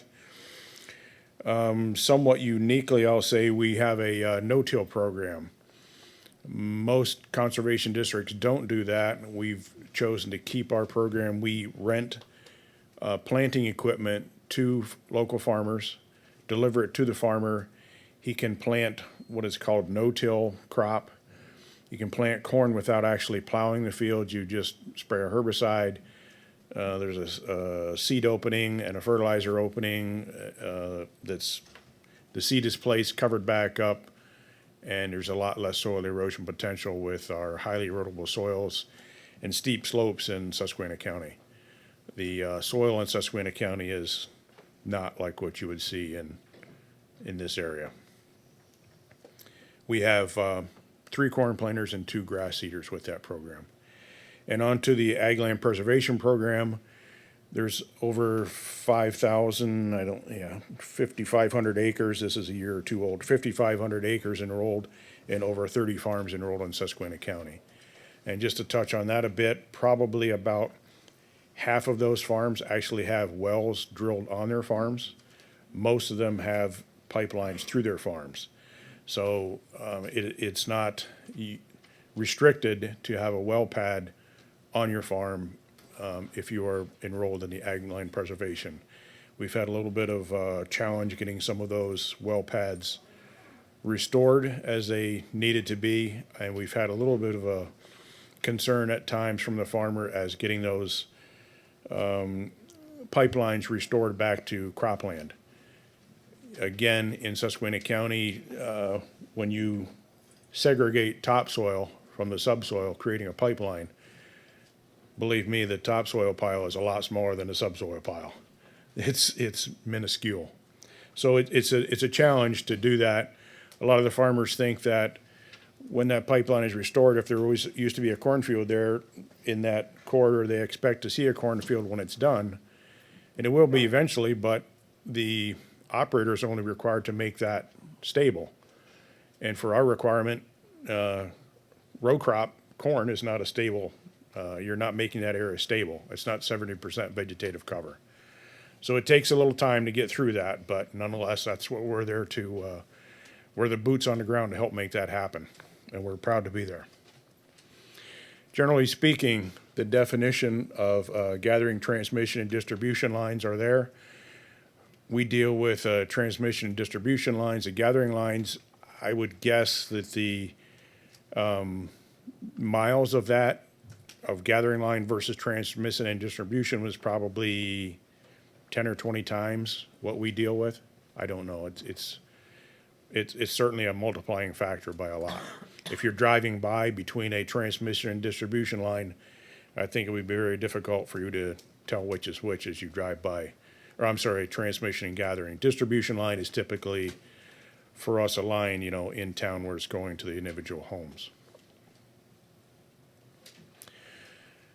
And this shows why we need all these pipelines. This is a well pad location map in Susquehanna County. These are well pads. Each pad may have 2 to 10 wells.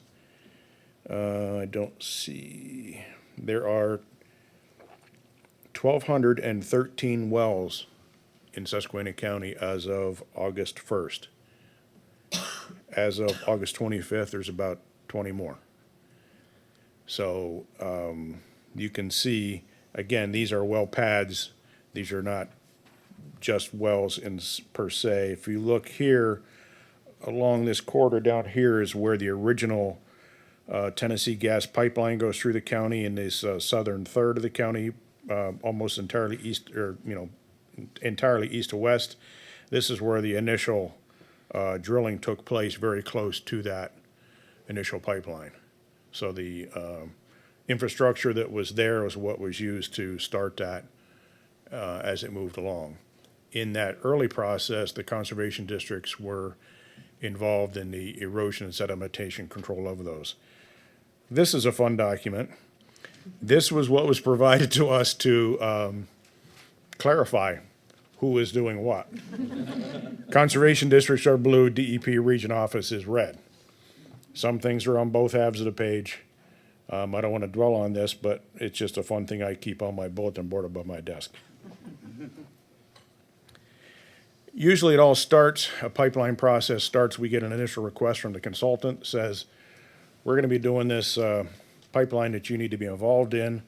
They send me this list of things and said, okay, we're going to give you a half-mile area, and it's going to be 20 miles long. Are these things within that area? would you please identify the things that are in that area? And I usually say, yes, they are there. These things are almost always there. So that's our first notification.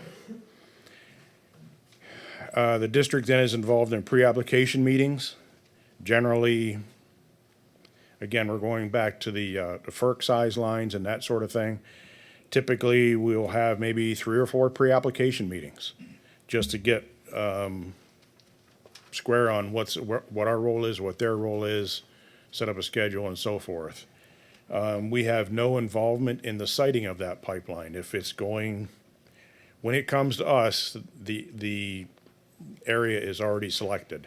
The landowners are already contacted. The landowners have signed a lease typically, or maybe not, but typically.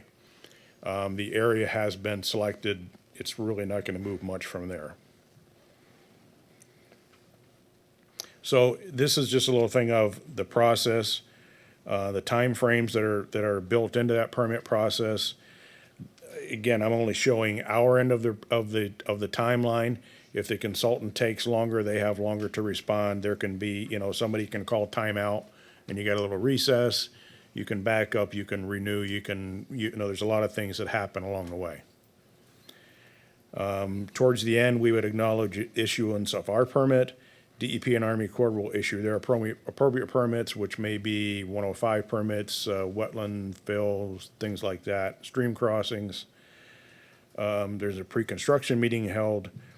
The district, importantly, will do field inspections from the beginning until the site achieves permanent stabilization. I was on a site, I'll show you photos here in a moment, where we were on Friday. This pipeline started Labor Day weekend 2014, and it's now vegetated but not permanently vegetated. This is another interesting slide, and if you look at, to defend the timeline of the applicant, you can see this is the permits that they're required to receive along the way. This is a FERC project, and if you look all the way down here to the very bottom line, is the erosion sedimentation control plan review by the Susquehanna County Conservation District. We are there. And they don't get to move on until, we agree on what's going to happen. So we're on the bottom of the pile. We're the small man on the totem pole, but we are there.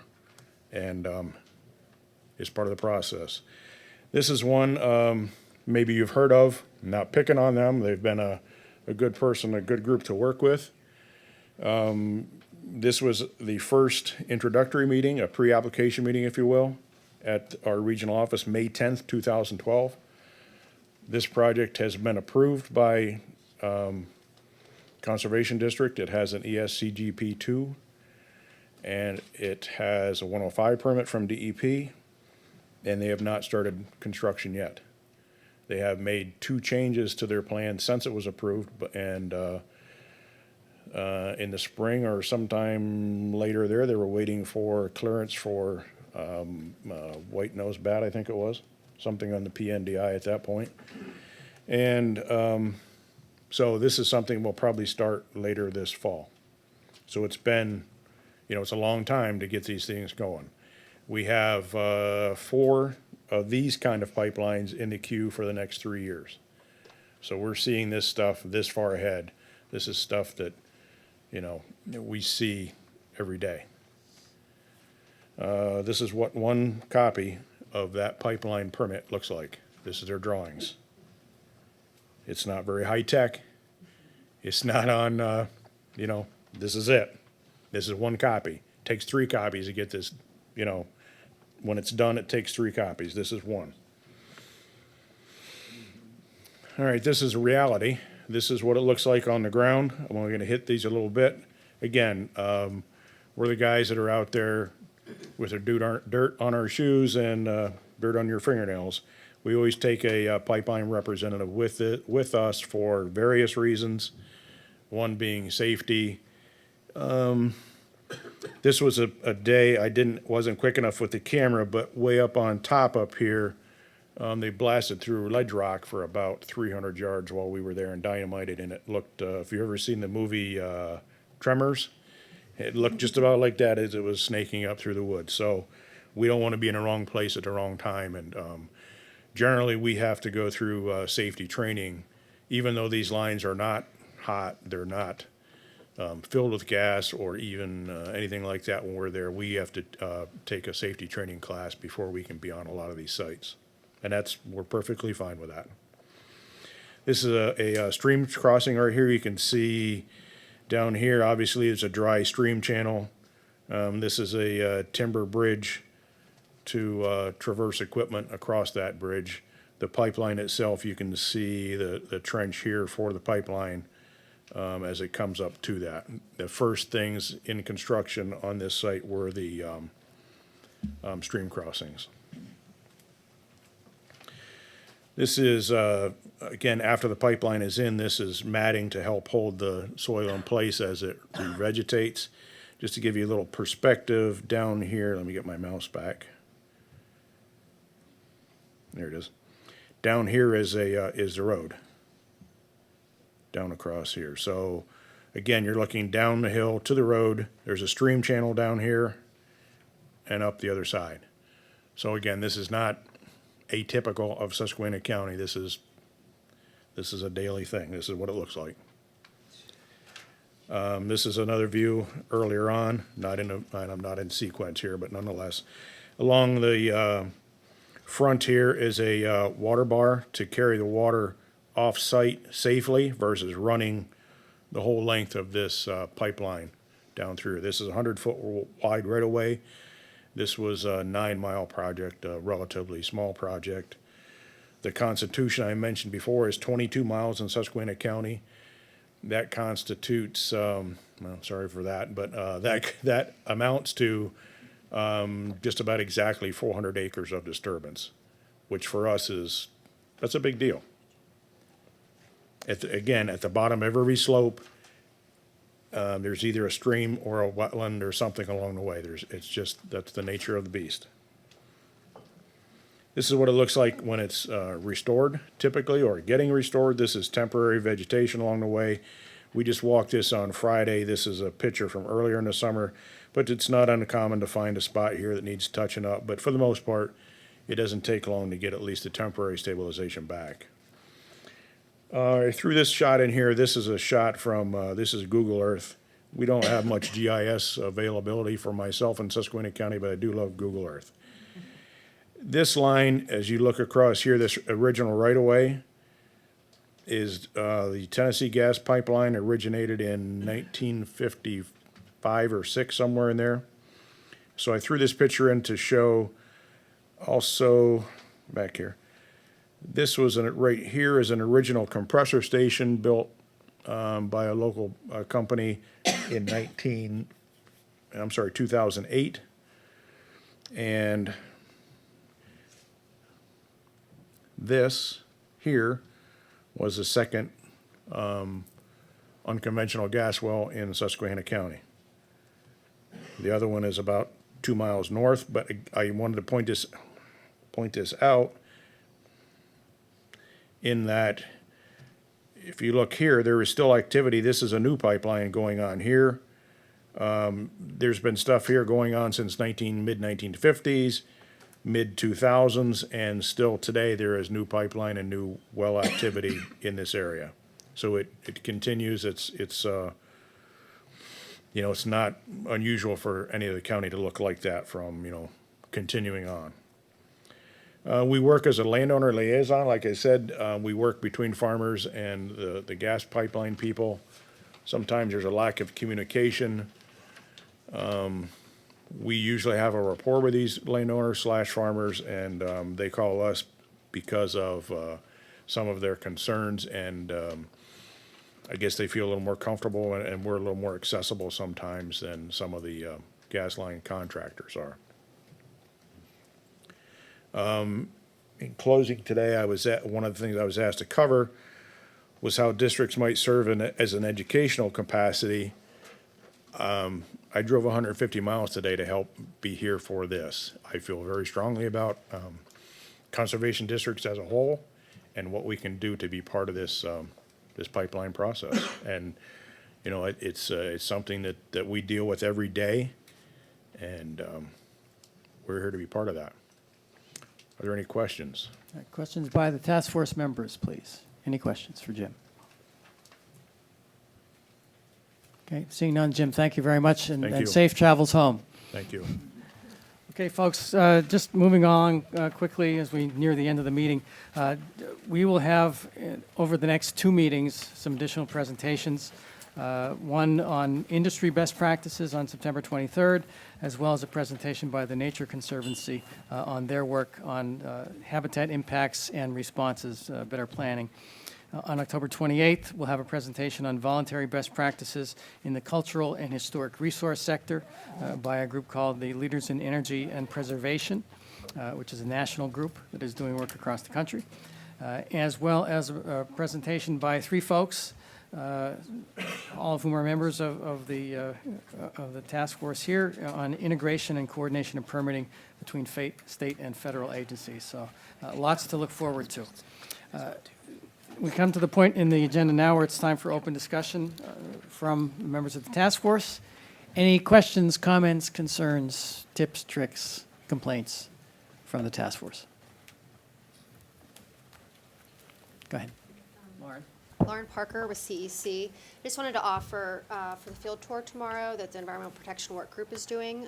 Will Radcliffe and I are putting on a presentation on 102 and 105 permit packages, as well as the Pennsylvania E&S manual. I just wanted to offer, if there would be room in the agenda, that we would be happy to give a presentation to the task force on what a typical permit package might look like and kind of walk through that step. Okay, we'll see if we can find some room, but thank you. Any other questions from the task force? Bill. Bill Kiger, Pennsylvania One Call. I'd like to let the GIS folks, communities here know that we have been working on a coordinated effort to bring all the county data in one place. We have 61 of 67 counties in place. We've cleaned it up. It still needs work, obviously. All GIS needs work on an ongoing basis. But we are prepared to share that and work with you in the coming time to make this all work together. Thank you, Bill. Any other comments from the task force? Okay, seeing none, we'll move into public comment. Are there any members of the general public who would like to address the task force? If so, please raise your hand. And if you just come to the podium and identify yourself, please, and we'll have 2 minutes. My name is Mark Walsh. I'm with DNVGL. And would you spell your last name, Mark, please? WALSH. Thank you. We are an engineering and advisory firm, and the secretary referenced the best practice 301 that we had published. So I just want everybody to know that we're in Pennsylvania, and we're invested in the activities in Pennsylvania. And if there's any questions about the best practice, that we're available at your disposal. All right? Thank you. Thank you. Anyone else from the audience? Okay, I'm not seeing any hands. So, the moment you've all been waiting for. Our next meeting will be on September 23rd from 1 to 4 here. Again, I want to thank everybody for their attendance, for their great work on the work groups. I want to thank everyone for coming today. I want to thank CMS for the great accommodations, my staff, the best folks in the world at DEP for all of their work. And the meeting is adjourned. Thank you.